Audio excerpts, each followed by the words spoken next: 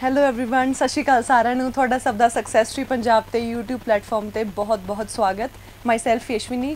ਅੱਜ ਦਾ ਜਿਹੜਾ ਆਪਣਾ MCQ ਸੈਸ਼ਨ ਰਹੂਗਾ ਉਹ ਰਹੂਗਾ regarding PPSC general science previous year questions right. ਤਾਂ ਆਪਾਂ ਇਸ ਸੈਸ਼ਨ ਦੇ ਵਿੱਚ science and tech and general science ਦੇ ਕੁਐਸਚਨ ਨਹੀਂ ਕਰਾਂਗੇ ਬਟ ਆਪਾਂ ਪ੍ਰੀਵੀਅਸ ਈਅਰ ਦੀ ਜਿਹੜੀ ਇਹ ਸੀਰੀਜ਼ ਸਟਾਰਟ ਕੀਤੀ ਸੀ ਉਹਦੇ ਕੁਐਸਚਨਸ ਕਰਾਂਗੇ। ਤਾਂ ਫਿਰ ਦੇਖੋ ਮੋਸਟ ਇੰਪੋਰਟੈਂਟ ਐਗਜ਼ਾਮਸ ਇਹਦੇ ਵਿੱਚ ਲਏ ਗਏ ਨੇ, ਠੀਕ ਹੈ। ਇਹ ਐਗਜ਼ਾਮ ਚੱਕੇ ਨੇ ਸਾਰੇ। ਇਹਦੇ ਵਿੱਚ ਤੁਹਾਡੇ ਜੋ ਵੀ 23-24 ਦੇ ਵਿੱਚ ਹੋਏ ਜਾਂ ਫਿਰ ਜਿਸ ਤਰ੍ਹਾਂ ਹੁਣ ਇੱਕ PPSC ਸੀਨੀਅਰ ਅਸਿਸਟੈਂਟ ਹੋਏ ਸੀ 2019 ਦੇ ਵਿੱਚ, ਠੀਕ। ਤਾਂ 4 ਜਾਂ 5 ਐਗਜ਼ਾਮ ਦਾ ਐਨਾਲਿਸਿਸ ਕਰਕੇ ਜੋ ਵੀ ਬੇਸਿਕ ਸਾਇੰਸ ਜਨਰਲ ਸਾਇੰਸ ਦੇ ਕੁਐਸਚਨਸ ਆਏ ਨੇ, ਠੀਕ, ਉਹ ਸਾਰੀ ਤੁਹਾਨੂੰ PPT ਹੈ ਜਿਹੜੀ ਇਹਦੇ ਵਿੱਚ ਕਵਰ ਕਰਵਾਉਂਗੀ ਮੈਂ। ਤੇ ਪੰਜਾਬ ਦੇ ਸੈਸ਼ਨਸ ਲਈ ਓਬਵੀਅਸਲੀ ਹੈਲਪਫੁਲ ਰਹੂਗਾ। ਅਗਰ ਇਸ ਤੋਂ ਇਲਾਵਾ ਤੁਸੀਂ ਕੋਈ ਹੋਰ ਡਿਫੈਂਸ ਐਗਜ਼ਾਮ ਦੇ ਰਹੇ ਹੋ ਜਾਂ ਈਵਨ ਪ੍ਰੀ ਦੇ ਰਹੇ ਹੋ, ਉੱਥੇ ਵੀ ਬੇਸਿਕ ਸਾਇੰਸ ਹੈ ਜਿਹੜੀ ਤੁਹਾਡੇ ਕੰਮ ਆਊਗੀ। ਤਾਂ ਆਪਾਂ ਅੱਜ ਦਾ ਸੈਸ਼ਨ ਸਟਾਰਟ ਕਰਦੇ ਹਾਂ, ਠੀਕ। PPSC ਐਗਜ਼ਾਮ ਤਾਂ ਫਸਟ ਕੁਐਸਚਨ ਹੈ ਤੁਹਾਡਾ। ਦੇਖੋ ਮੈਂ ਤੁਹਾਡੇ ਵਾਸਤੇ ਨਾ ਸਕਰੀਨਸ਼ਾਟਸ ਲੈ ਕੇ ਆਈ ਹਾਂ, ਡਾਇਰੈਕਟ ਸਕਰੀਨਸ਼ਾਟਸ ਨੇ ਐਗਜ਼ਾਮ ਦੇ, ਠੀਕ, ਤਾਂ ਕਿ ਤੁਹਾਨੂੰ ਪਤਾ ਲੱਗ ਜਾਏ ਕੁਐਸਚਨ ਹੈ ਕਿਸ ਤਰੀਕੇ ਨਾਲ ਫਰੇਮ ਹੋਇਆ ਹੈ। ਇੱਕ ਸਟਾਰਟ ਕਰਨ ਤੋਂ ਪਹਿਲਾਂ ਮੈਂ ਇੱਕ ਚੀਜ਼ ਤੁਹਾਨੂੰ ਦੱਸ ਦੇਣਾ ਚਾਹੁੰਦੀ ਹਾਂ, want to tell you all ਕਿ ਜਿਹੜਾ ਮੇਰੇ 2 ਸੈਸ਼ਨਸ ਨੇ ਪਹਿਲਾਂ ਜਨਰਲ ਸਾਇੰਸ ਤੇ ਸਾਇੰਸ ਐਂਡ ਟੈਕ ਤੇ, ਤੁਸੀਂ ਸਭ ਤੋਂ ਪਹਿਲਾਂ ਉਹ ਸਟ੍ਰੈਟੇਜਿਕ ਸੈਸ਼ਨਸ ਦੇਖੋਗੇ ਵੀ ਅਪਕਮਿੰਗ ਐਗਜ਼ਾਮਸ ਲਈ ਤੁਸੀਂ ਰੈਡੀ ਕਿਵੇਂ ਕਰਨਾ ਹੈ। ਉਹਦੇ ਥਰੂ ਤੁਹਾਨੂੰ ਟੌਪਿਕਸ ਪਤਾ ਚੱਲ ਜਾਣਗੇ। ਉਹ ਦੋਨੋਂ ਸੈਸ਼ਨਸ ਲਗਾਉਣ ਤੋਂ ਬਾਅਦ ਤੁਸੀਂ ਇਹ 3rd ਸੈਸ਼ਨ ਲਾਓਗੇ ਤਾਂ ਤੁਹਾਡੀ ਪ੍ਰੋਪਰ ਲਿੰਕੇਜ ਬਣੂਗੀ, ਠੀਕ। ਤਾਂ ਫਿਰ ਤੁਹਾਨੂੰ ਸਮਝ ਆਉਣ ਲੱਗ ਜੂਗਾ। ਫਸਟ ਕੁਐਸਚਨ ਤੁਹਾਡੇ ਅੱਗੇ ਹੈ, ਕਹਿੰਦਾ which of the following is not a connective tissue, ਠੀਕ। ਆ ਤੁਹਾਡੇ ਅੱਗੇ 4 ਆਪਸ਼ਨਸ ਨੇ, ਇਹਦੇ ਵਿੱਚੋਂ ਇੱਦਾਂ ਦਾ ਕਿਹੜਾ ਹੈ ਜਿਹੜਾ ਕਨੈਕਟਿਵ ਟਿਸ਼ੂ ਦੀ ਕੈਟੇਗਰੀ ਦੇ ਵਿੱਚ ਨਹੀਂ ਆ ਰਿਹਾ, ਠੀਕ। Bone, cartilage, adipose tissue and muscular tissue. इसका आंसर बताओ। ਇਹਦਾ देखो आंसर आऊगा D, obviously without any doubt, क्योंकि मस्कुलर टिश्यू तो अलग ही होंगे, कनैक्टिव टिश्यू की कैटेगरी च आंदा नहीं। आ थोड़े सामने डायग्राम्स ने, फ्लो चार्ट है, मैं थोड़े ये एक्सप्लेन करूँगी डिटेल दे विच। देखो एनीमल टिश्यू 4 तरह के होंगे ने। एपीथीलियल टिश्यू बड़े शॉर्ट च करांगे आपां। Epithelial tissue, connective tissue, muscular tissue and nervous tissue, ठीक है। एपीथीलियल टिश्यू, एपीथीलियल मतलब ਹੁੰਦੀ ਜਿਹੜੀ ਉੱਪਰ ਵਾਲੀ ਲੇਅਰ ਹੁੰਦੀ ਹੈ ਐਪੀਥੀਲੀਅਮ, ਉਹਨੂੰ ਆਪਾਂ ਬੋਲਦੇ ਹਾਂ ਐਪੀਥੀਲੀਅਲ ਟਿਸ਼ੂ, ਠੀਕ। ਜਿਹੜੀ ਵੀ ਤੁਹਾਡੀ ਸਕਿਨ ਨੂੰ ਪ੍ਰੋਟੈਕਸ਼ਨ ਪ੍ਰੋਵਾਈਡ ਕਰ ਰਹੀ ਹੈ ਉਹ ਹੋਗੀ ਐਪੀਥੀਲੀਅਮ। ਜਿੱਥੇ ਵੀ ਤੁਸੀਂ ਐਪੀਥੀਲੀਅਮ ਵਰਡ ਸੁਣਦੇ ਹੋ ਨਾ, ਤਾਂ ਉਹਦਾ ਮਤਲਬ ਹੁੰਦਾ ਐਦਾਂ ਦੀ ਲੇਅਰ ਜਿਹੜੀ ਕੀ ਕਰ ਰਹੀ ਹੈ ਤੁਹਾਡੇ ਉੱਪਰ ਵਾਲੇ ਆਊਟਰ ਕਵਰ ਜੋ ਹੈ ਸਰਫੇਸ ਹੈ ਉਹਨੂੰ ਕਵਰ ਕਰਕੇ ਰੱਖੂਗੀ, ठीक। तो ये एपीथीलियल टिश्यू हो गया थोड़ा मेन फंक्शन ਇਹਦਾ हो गया प्रोटेक्शन प्रोवाइड करना। उस तो बाद आ गया कनैक्टिव टिश्यू। कनैक्टिव टिश्यू मतलब आपस ਦੇ ਵਿੱਚ ਕਨੈਕਟ ਕਰਨਾ। ਤਾਂ ਜਿਹੜੇ ਕਨੈਕਟਿਵ ਟਿਸ਼ੂ ਨੇ ਬਹੁਤ ਤਰ੍ਹਾਂ ਦੇ ਹੁੰਦੇ ਨੇ, ਇਹ ਤੋਂ ਹੋਰ ਵੀ ਇਲਾਵਾ ਅਲੱਗ ਟਾਈਪਸ ਨੇ, ਪਰ ਆਪਾਂ ਮੇਨ ਟਾਈਪਸ ਪੜ੍ਹਨੀਆਂ ਨੇ। ਇਹਦੇ ਵਿੱਚ ਵੈਸੇ ਮੇਨ ਆਪਾਂ ਕਾਰਟਿਲੇਜ ਪੜ੍ਹਦੇ ਹਾਂ, ਠੀਕ ਹੈ। ਇੱਕ ਆਪਾਂ ਬਲੱਡ ਪੜ੍ਹਦੇ ਹਾਂ, ਆਪਾਂ ਬੋਨਸ ਪੜ੍ਹਦੇ ਹਾਂ, ਉਹਦੇ ਵਿੱਚ ਵੀ ਟੈਂਡਨ ਹੋ ਗਏ, ਲੀਗਾਮੈਂਟਸ ਹੋ ਗਏ, ਇਹ ਸਾਰੀ ਚੀਜ਼ਾਂ ਬਾਰੇ ਆਪਾਂ ਪੜ੍ਹਦੇ ਹਾਂ। ਤਾਂ ਥੋੜਾ ਬਹੁਤ ਤੁਹਾਨੂੰ ਮੈਂ ਦੱਸ ਦਿੰਦੀ ਹਾਂ, ਠੀਕ। ਇਸ ਤੋਂ ਬਾਅਦ ਕਨੈਕਟਿਵ ਟਿਸ਼ੂ ਦੇ ਵਿੱਚ ਹੀ ਪਹਿਲਾਂ ਆਪਾਂ ਗੱਲ ਕਰ ਲੈਣੇ। ਅਗਰ ਆਪਾਂ ਬਲੱਡ ਦੀ ਗੱਲ ਕਰੀਏ, ਦੇਖੋ ਬਲੱਡ ਵੀ ਇੱਕ ਕਨੈਕਟਿਵ ਟਿਸ਼ੂ ਹੈ, ਠੀਕ। ਪੂਰੀ ਦੀ ਪੂਰੀ ਬਾਡੀ ਦੇ ਵਿੱਚ ਫਲੋ ਕਰ ਰਿਹਾ ਤੁਹਾਡਾ ਬਲੱਡ, ਠੀਕ। ਬਲੱਡ ਦੇ ਕੰਪੋਨੈਂਟਸ ਆਪਾਂ ਬਹੁਤ ਵਾਰ ਡਿਸਕਸ ਕੀਤੇ ਹੋਏ ਨੇ। ਬਲੱਡ ਇੱਕ ਤਾਂ ਪਲਾਜ਼ਮਾ ਤੋਂ ਮਿਲ ਕੇ ਬਣਿਆ ਹੁੰਦਾ, ਠੀਕ ਹੈ। ਪਲਾਜ਼ਮਾ ਤੁਹਾਡਾ ਫਲੂਇਡ ਹੁੰਦਾ, ਠੀਕ ਹੈ। 60% ਦੇ ਆਸ-ਪਾਸ ਜਿਹੜਾ ਹੁੰਦਾ ਤੁਹਾਡਾ ਬਲੱਡ ਪਲਾਜ਼ਮਾ ਤੋਂ ਮਿਲ ਕੇ ਬਣਿਆ ਹੋਊਗਾ, ਠੀਕ। ਐਂਡ ਬਾਕੀ ਜਿਹੜਾ ਹੈ ਇਹ ਕਾਰਪਸਲਸ ਤੋਂ ਮਿਲ ਕੇ ਬਣਿਆ ਹੋਊਗਾ। ਕਾਰਪਸਲਸ ਮਤਲਬ ਸੈੱਲ। ਇਹਦੇ ਵਿੱਚ ਕੀ ਹੁੰਦੇ ਨੇ, ਇੱਕ RBC ਹੋਣਗੇ, ਇੱਕ ਤੁਹਾਡੇ WBCs ਹੋਣਗੇ, ਇੱਕ ਹੋਊਗੀ ਪਲੇਟਲੈਟ, ਠੀਕ। ਤਾਂ ਆਹ ਤਿੰਨਾਂ ਚੀਜ਼ਾਂ ਤੋਂ ਮਿਲ ਕੇ ਤੁਹਾਡਾ ਬਲੱਡ ਬਣਿਆ ਹੋਊਗਾ। ਤਾਂ ਇਹ ਤੋਂ ਡੀਪ ਆਪਾਂ ਜਾਣਾ ਨਹੀਂ ਕਿਉਂਕਿ ਆਪਾਂ ਟਾਈਪਸ ਪੜ੍ਹ ਰਹੇ ਹਾਂ। ਫਿਰ ਆ ਗਿਆ ਕਾਰਟਿਲੇਜ। ਕਾਰਟਿਲੇਜ ਹੁੰਦਾ ਸੌਫਟ ਟਿਸ਼ੂ, ਠੀਕ ਹੈ। ਤੁਹਾਡੀ ਬਾਡੀ ਦੇ ਵਿੱਚ ਜਿੱਥੇ ਵੀ ਸੌਫਟ ਟਿਸ਼ੂ ਪ੍ਰੈਜ਼ੈਂਟ ਹੈ ਨਾ, ਉਹ ਤੁਹਾਡਾ ਕੀ ਹੋ ਗਿਆ, ਕਾਰਟਿਲੇਜ ਹੋ ਗਿਆ। ਸਪੋਜ਼ ਇੱਕ ਕਾਰਟਿਲੇਜ ਦੀ ਐਗਜ਼ਾਮਪਲ ਅਗਰ ਮੈਂ ਤੁਹਾਨੂੰ ਦੱਸਾਂ ਤਾਂ ਕਹਿ ਸਕਦੇ ਹੋ ਹਾਈਲਿਨ ਕਾਰਟਿਲੇਜ। ਜਿਹੜਾ ਤੁਹਾਡਾ ਨੋਜ਼ ਹੈ ਜਾਂ ਫਿਰ ਆ ਈਅਰ ਦਾ ਪਿਨਾ ਬੋਲਦੇ ਆ ਨਾ, ਆ ਕਿੰਨਾ ਸੌਫਟ ਏਰੀਆ, ਠੀਕ। ਤਾਂ ਇਹ ਤੁਹਾਡਾ ਕੀ ਹੋ ਗਿਆ, ਕਾਰਟਿਲੇਜ ਦੀ ਕੈਟਾਗਰੀ ਦੇ ਅੰਡਰ ਆ ਗਿਆ, ਠੀਕ। ਉਸ ਤੋਂ ਬਾਅਦ ਇੱਕ ਹੋਰ ਇਹਦੀ ਟਾਈਪ ਹੁੰਦੀ ਹੈ ਕਾਰਟਿਲੇਜ ਤੋਂ ਇਲਾਵਾ ਬੋਨਸ। ਬੋਨ ਤੁਹਾਨੂੰ ਪਤਾ ਨਹੀਂ ਕੈਲਸ਼ੀਅਮ ਦੀ ਬਣੀ ਹੁੰਦੀਆਂ ਨੇ। ਬੋਨ ਵੀ ਇੱਕ ਕੈਟੇਗਰੀ ਹੈ ਕਨੈਕਟਿਵ ਟਿਸ਼ੂ ਦੀ। ਹੁਣ ਇਸ ਤੋਂ ਬਾਅਦ ਇੱਕ ਹੋਰ ਕੈਟੇਗਰੀ ਹੈ ਇਹਦੀ ਐਡੀਪੋਜ਼ ਟਿਸ਼ੂ। ਦੇਖੋ ਐਡੀਪੋਜ਼ ਟਿਸ਼ੂ ਹੁੰਦਾ ਤੁਹਾਡੀ ਬਾਡੀ ਦੇ ਵਿੱਚ ਕਿਤੇ ਵੀ ਫੈਟ ਸਟੋਰ ਹੋ ਰਿਹਾ ਹੈ ਨਾ, ਤਾਂ ਐਡੀਪੋਜ਼ ਟਿਸ਼ੂ ਕੀ ਨੇ, ਫੈਟ ਸਟੋਰਿੰਗ ਟਿਸ਼ੂਜ਼ ਨੇ। ਤੁਹਾਡੀ ਬਾਡੀ 'ਚ ਕਿਤੇ ਵੀ ਫੈਟ ਸਟੋਰ ਹੋਊਗਾ ਉੱਥੇ ਐਡੀਪੋਜ਼ ਟਿਸ਼ੂ ਪਏ ਹੋਣਗੇ। ਡਨ। ਐਡੀਪੋਜ਼ ਟਿਸ਼ੂ ਕਿਤੋਂ ਮਿਲ ਕੇ ਬਣੇ ਹੁੰਦੇ ਨੇ, ਐਡੀਪੋਸਾਈਟਸ ਸੈੱਲ ਤੋਂ, ਜਿਹੜਾ ਕਿ ਫੈਟ ਸਟੋਰੇਜ ਦਾ ਕੰਮ ਕਰਨਗੇ, ਠੀਕ ਹੈ। ਇਸ ਤੋਂ ਇਲਾਵਾ ਹੋਰ ਇਹ 2 ਇੰਪੋਰਟੈਂਟ ਨੇ, ਟੈਂਡਨ ਤੇ ਲਿਗਾਮੈਂਟ। ਬੱਚੇ ਜ਼ਿਆਦਾਤਰ ਇਹਨਾਂ ਦੇ ਵਿੱਚ ਹੀ ਕਨਫਿਊਜ਼ ਹੁੰਦੇ ਨੇ। ਆਪਾਂ ਸਾਰੀ ਹੀ ਕਨੈਕਟਿਵ ਟਿਸ਼ੂ ਦੀ ਟਾਈਪਸ ਹੀ ਪੜ੍ਹ ਰਹੇ ਹਾਂ ਗਾਇਸ, ਠੀਕ। ਟੈਂਡਨ ਹੁੰਦਾ ਹੈ ਕਨੈਕਟ ਮਸਲ ਟੂ ਬੋਨ, मतलब मसल ਨੂੰ अगर बोन ਦੇ ਨਾਲ कनैक्ट करना होवे, कनैक्ट कौन करूगा, टेंडन, ठीक। इस तो बाद लिगामेंट्स। लिगामेंट्स ਹੁੰਦੇ बोन टू बोन, मतलब एक बोन ਨੂੰ दूसरी बोन ਦੇ ਨਾਲ ਜੁਆਇਨ ਕਰਨ ਦਾ ਕੰਮ ਕੌਣ ਕਰੂਗਾ ਟੈਂਡਨ ਲਿਗਾਮੈਂਟਸ ਕਰਨਗੇ ਪਰ ਮਸਲ ਵਿਦ ਬੋਨ ਕੌਣ ਕਰੂਗਾ ਤੁਹਾਡਾ ਟੈਂਡਨ ਤਾਂ ਕਿਹੜੇ ਕਿਹੜੇ ਹੋ ਗਏ ਕਨੈਕਟਿਵ ਟਿਸ਼ੂ ਬੋਨ ਹੋ ਗਿਆ ਕਾਰਟਿਲੇਜ ਹੋ ਗਿਆ ਬਲੱਡ ਹੋ ਗਿਆ ਟੈਂਡਨ ਹੋ ਗਏ ਲਿਗਾਮੈਂਟਸ ਹੋ ਗਏ ਐਡੀਪੋਜ਼ ਟਿਸ਼ੂ ਹੋ ਗਿਆ ਹੋਰ ਵੀ ਬਹੁਤ ਨੇ ਬਟ ਆਪਾਂ ਮੇਨ ਪੜ੍ਹਨੇ ਨੇ ਤਾਂ ਇਹ ਸਾਰੇ ਕਨੈਕਟਿਵ ਟਿਸ਼ੂ ਨੇ ਮਸਕੂਲਰ ਟਿਸ਼ੂ ਮਤਲਬ ਤੁਹਾਡੇ ਮਸਲ ਮੂਵਮੈਂਟ ਦੇ ਵਿੱਚ ਹੈਲਪ ਕਰਦੇ ਨੇ ठीक है थोड़ी आर्म के मसल्स हो गए थोड़ी लैग के मसल्स हो गए तो ओवरऑल मस्कुलर टिशू है जिहड़ा इहदी अलग ही कैटेगरी होगी ठीक है एंड इस तो बाद नर्वस टिशू मतलब नर्वस टिशू ਦੇ ਵਿੱਚ ਤੁਹਾਡਾ ਆ ਜਾਊਗਾ ਨਿਊਰੋਨਸ ਆ ਜਾਣਗੇ ਨਿਊਰੋਨ ਤੁਹਾਡੀ ਪੂਰੀ ਬਾਡੀ ਦੇ ਵਿੱਚ ਪ੍ਰੈਜ਼ੈਂਟ ਹੁੰਦੇ ਨੇ ਬਟ ਬ੍ਰੇਨ ਦੇ ਵਿੱਚ ਜਿਹੜੀ ਹੈ ਇਹਨਾਂ ਦੀ ਅਮਾਉਂਟ ਥੋੜੀ ਜ਼ਿਆਦਾ ਹੁੰਦੀ ਹੈ ਜ਼ਿਆਦਾ ਨਿਊਰੋਨਸ ਹੁੰਦੇ ਨੇ ਬ੍ਰੇਨ ਦੇ ਵਿੱਚ ਐਜ਼ ਕੰਪੇਅਰ ਟੂ ਪੂਰੀ ਬਾਡੀ ਦੀ ਗੱਲ ਕਰਦੇ ਹਾਂ ਗ੍ਰੇ ਮੈਟਰ ਵਾਈਟ ਮੈਟਰ ਪੜ੍ਹਦੇ ਹੋ ਤਾਂ ਉਹ ਸਾਰੇ ਜਿਹੜੇ ਨਿਊਰੋਨਸ ਨੇ ਉਹਨਾਂ ਦਾ ਕੰਮ ਹੁੰਦਾ ਸਿਗਨਲ ਜਾਂ ਇੰਪਲਸ ਨੂੰ ਭੇਜਣਾ ठीक वो सारा नर्वस टिशू के आ जाऊगा जिवें सपोज करो एक एग्जाम्पल दिनी हाँ गर्म पैन है उन्होंने टच करते हो फटाफट हाथ पिछे लै जाते हो ठीक है तो ये सारा न्यूरोन्स का खेल है सारा जोड़ा है थोड़ा सिग्नल ब्रेन में जाऊगा फिर ब्रेन बोलेगा भाई हाथ पीछे हटा ले वरना हाथ जल जाएगा तुम फटाफट हाथ पीछे हटाने हो एक एग्जाम्पल दिनी है करंट लगता है थोनों ठीक है सपोज एक कोई वायर है थोनों पता लगे कि जो करंट लग रहा है कुछ भी थोड़ा गलती ना हाथ टच कर लिया फटाफट हाथ पीछे जाऊगा ना थोड़ा उन्होंने फड़ के तो बैठे नहीं रहोगे जान तो सबनों प्यारी होंगी है तो यह होंगे रिफ्लैक्स एक्शन मतलब ਨਾਲ ਦੀ ਨਾਲ ਪਿੱਛੇ ਇਨਵੋਲੰਟਰੀ ਐਕਸ਼ਨ ਕਰ ਲੈਣਾ ਸਾਰਾ ਹੀ ਇੰਪਲਸ ਦਾ ਖੇਲ ਚੱਲੂਗਾ ਨਿਊਰੋਨਸ ਕਰਨਗੇ ਨਰਵਸ ਟਿਸ਼ੂ ਤਾਂ ਇਹ ਚਾਰ ਤਰ੍ਹਾਂ ਦੇ ਟਿਸ਼ੂ ਹੋ ਗਏ ਠੀਕ ਹੈ ਤਾਂ ਕੁਐਸਚਨ ਦੇ ਵਿੱਚ ਪੁੱਛਿਆ ਕਿ ਇਹ ਕਿਹੜਾ ਹੈ ਨਹੀਂ ਮਸਕੂਲਰ ਟਿਸ਼ੂ ਨਹੀਂ ਹੈਗਾ ਠੀਕ ਹੈ ਆਬਵੀਅਸਲੀ ਬੋਨ ਵੀ ਹੈਗਾ ਕਾਰਟਿਲੇਜ ਵੀ ਹੈ ਐਡੀਪੋਜ਼ ਵੀ ਹੈ ਮਸਕੂਲਰ ਟਿਸ਼ੂ ਨਹੀਂ ਹੈ ਇਸ ਤਰੀਕੇ ਨਾਲ ਐਲੀਮੀਨੇਟ ਕਰੋਗੇ ਠੀਕ ਨੈਕਸਟ ਕੁਐਸਚਨ ਤੁਹਾਡੇ ਅੱਗੇ कहने which of the following disease are transmitted by polluted water मतलब जो पोल्यूटेड वाटर होंगे पोल्यूशन वाला पानी होंगे ऐदा के किहड़े डिजीज ने जिहड़े ट्रांसमिट होंगे without any doubt A option हुण तुसी एलिमिनेट किवें करना है तुसी ऑप्शन च देखो डिप्थीरिया पोलियोमिलिटिस ठीक टाइफाइड ते हैपेटाइटिस हुण पोलियो है जिहड़ा वो पोल्यूटेड गंदे पानी नाल तां हुंदा नहीं कंटैमीनेशन नाल तां कदे भी सुनिया ही नहीं आपां भी पोलियो हो रहा है पोलियो वायरस कॉज करता है ठीक है तो इत्थों ही देख के तुसी एलिमिनेट कर दोगे कि ठीक है ये ऑप्शन तो गलत होगी असीं कदे सुने ही नहीं भी पोल्यूटेड पानी के थ्रू थोड़ा हैगा जिहड़ा पोलियो कॉज करता है तो इसको कर दोगे खत्म कैंसल डिप्थीरिया टाइफाइड आह ला गया सैकेंड ऑप्शन जिथे आ गया उत्थे कांटा मार दो ठीक आही बची ऑप्शन 1 3 एंड 4 आंसर थोड़े सामने ठीक इस तरीके ना एलिमिनेशन मैथड यूज़ करोगे जनरल साइंस के विच पंजाब के एग्जाम्स लई ठीक तो फिर आपां ਅੱਗੇ ਚੱਲਦੇ ਹਾਂ ਇੱਕ ਜਿਹੜੇ ਕੁਐਸਚਨਸ ਨੇ ਨਾ ਮੋਸਟਲੀ ਕੁਐਸਚਨਸ ਹੈਗੇ ਨੇ ਤੁਹਾਡੇ ਨਾਇਬ ਤਹਿਸੀਲਦਾਰ ਚੋਂ ਠੀਕ ਹੈ 22 ਤੇ 23 ਵਾਲਾ ਹੋਇਆ ਸੀ ਇੱਕ ਤੁਹਾਡਾ ਕੋਆਪਰੇਟਿਵ ਸਬ ਇੰਸਪੈਕਟਰ ਵੀ ਹੋਇਆ ਸੀ ਪੀਪੀਐਸਸੀ ਸੀਨੀਅਰ ਅਸਿਸਟੈਂਟ 2019 ਵਾਲਾ ਵੀ ਇਹਦੇ ਵਿੱਚ ਐਡ ਕੀਤਾ ਹੋਇਆ ਤਾਂ ਮੇਨ 4 ਜਾਂ 5 ਦਾ ਐਨਾਲਿਸਿਸ ਇਹ ਠੀਕ ਤਾਂ ਅੱਗੇ ਦੇਖੋ ਆਪਾਂ ਇਹਦੇ ਬਾਰੇ ਪੜ੍ਹਦੇ ਹਾਂ ਡਿਪਥੀਰੀਆ ਹੁੰਦਾ ਨਾ ਡਿਪਥੀਰੀਆ ਜਿਹੜਾ ਹੈਗਾ ਇਹਨੂੰ ਨਾ ਇੱਕ ਬੈਕਟੀਰੀਆ ਕੌਜ਼ ਕਰੂਗਾ ਕੋਰਨੀ ਬੈਕਟੀਰੀਅਮ ਡਿਪਥੀਰੀਆ ਹੀ ਵੈਸੇ ਅਗਰ ਤੁਹਾਨੂੰ ਆਪਸ਼ਨ ਜਾਂਦਾ ਤੁਸੀਂ ਐਲੀਮੀਨੇਟ ਦੇਖ ਕੇ ਹੀ ਕਰ ਦੋਗੇ ਠੀਕ ਹੈ ਜਿਵੇਂ ਵਾਈਬਰੀਓ ਕੋਲਰਾ ਕੌਣ ਕੌਜ਼ ਕਰਦਾ ਕੋਲਰਾ ਉਹ ਕੌਜ਼ ਕਰੂਗਾ ਤਾਂ ਤੁਹਾਨੂੰ ਦੇਖ ਕੇ ਹੀ ਪਤਾ ਚੱਲ ਜੂਗਾ ਟਾਈਫਾਈਡ ਕੌਜ਼ ਕਰਦਾ ਸੈਲਮੋਨੇਲਾ ਟਾਈਫੀ ਤਾਂ ਅਗਰ ਯਾਦ ਕਰਨ 'ਚ ਦਿੱਕਤ ਵੀ ਆਉਂਦੀ ਹੈ ਤਾਂ ਦੇਖ ਕੇ ਐਲੀਮੀਨੇਟ ਆਰਾਮ ਨਾਲ ਕਰ ਲਓਗੇ ਠੀਕ ਹੈ ਇਹ ਜਿਹੜਾ ਹੁੰਦਾ ਨਾ ਬੇਸਿਕਲੀ ਡਿਪਥੀਰੀਆ ਇੱਦਾਂ ਦੀ ਪ੍ਰੋਬਲਮ ਹੁੰਦੀ ਹੈ ਜਿਹੜੀ ਤੁਹਾਡੇ ਨਾ ਰੈਸਪੀਰੇਟਰੀ ਟਰੈਕ ਨੂੰ ਕੀ ਕਰਦੀ ਹੈ ਇਨਫੈਕਸ਼ਨ ਕੌਜ਼ ਕਰਦੀ ਹੈ ਇਹਦੇ ਵਿੱਚ ਨਾ ਵਾਈਟ ਜਾਂ ਗ੍ਰੇ ਕਲਰ ਦਾ ਟਿਸ਼ੂ ਡਿਵੈਲਪ ਹੋਣ ਲੱਗ ਜਾਂਦਾ ਤੁਹਾਡੇ ਗਲੇ ਦੇ ਵਿੱਚ ਦੇਖੋ ਮੈਂ ਤੁਹਾਨੂੰ ਐਗਜ਼ਾਮਪਲ ਦਿੰਦੀ ਹਾਂ जिस तरह थोड़े सामने एग्जाम्पल्स ने डिप्थीरिया थोड़ा माउथ है ठीक है टंग के अराउंड अगर डिप्थीरिया वाला बैक्टीरिया थोड़ी बॉडी के एक बार माउथ के एंटर कर गया तो ग्रे कलर छड़ जाता उत्थे ग्रे या वाइट कलर ठीक है टंग ते इधर साइड ते ग्लैंड्स आ वाली साइड ते ठीक आ देख रहे हो तुसी जिस तरह ग्रो करता जाऊगा ये तो उदा वाइट या ग्रे कलर का टिशू है वो डिवेलप होंदा जाऊगा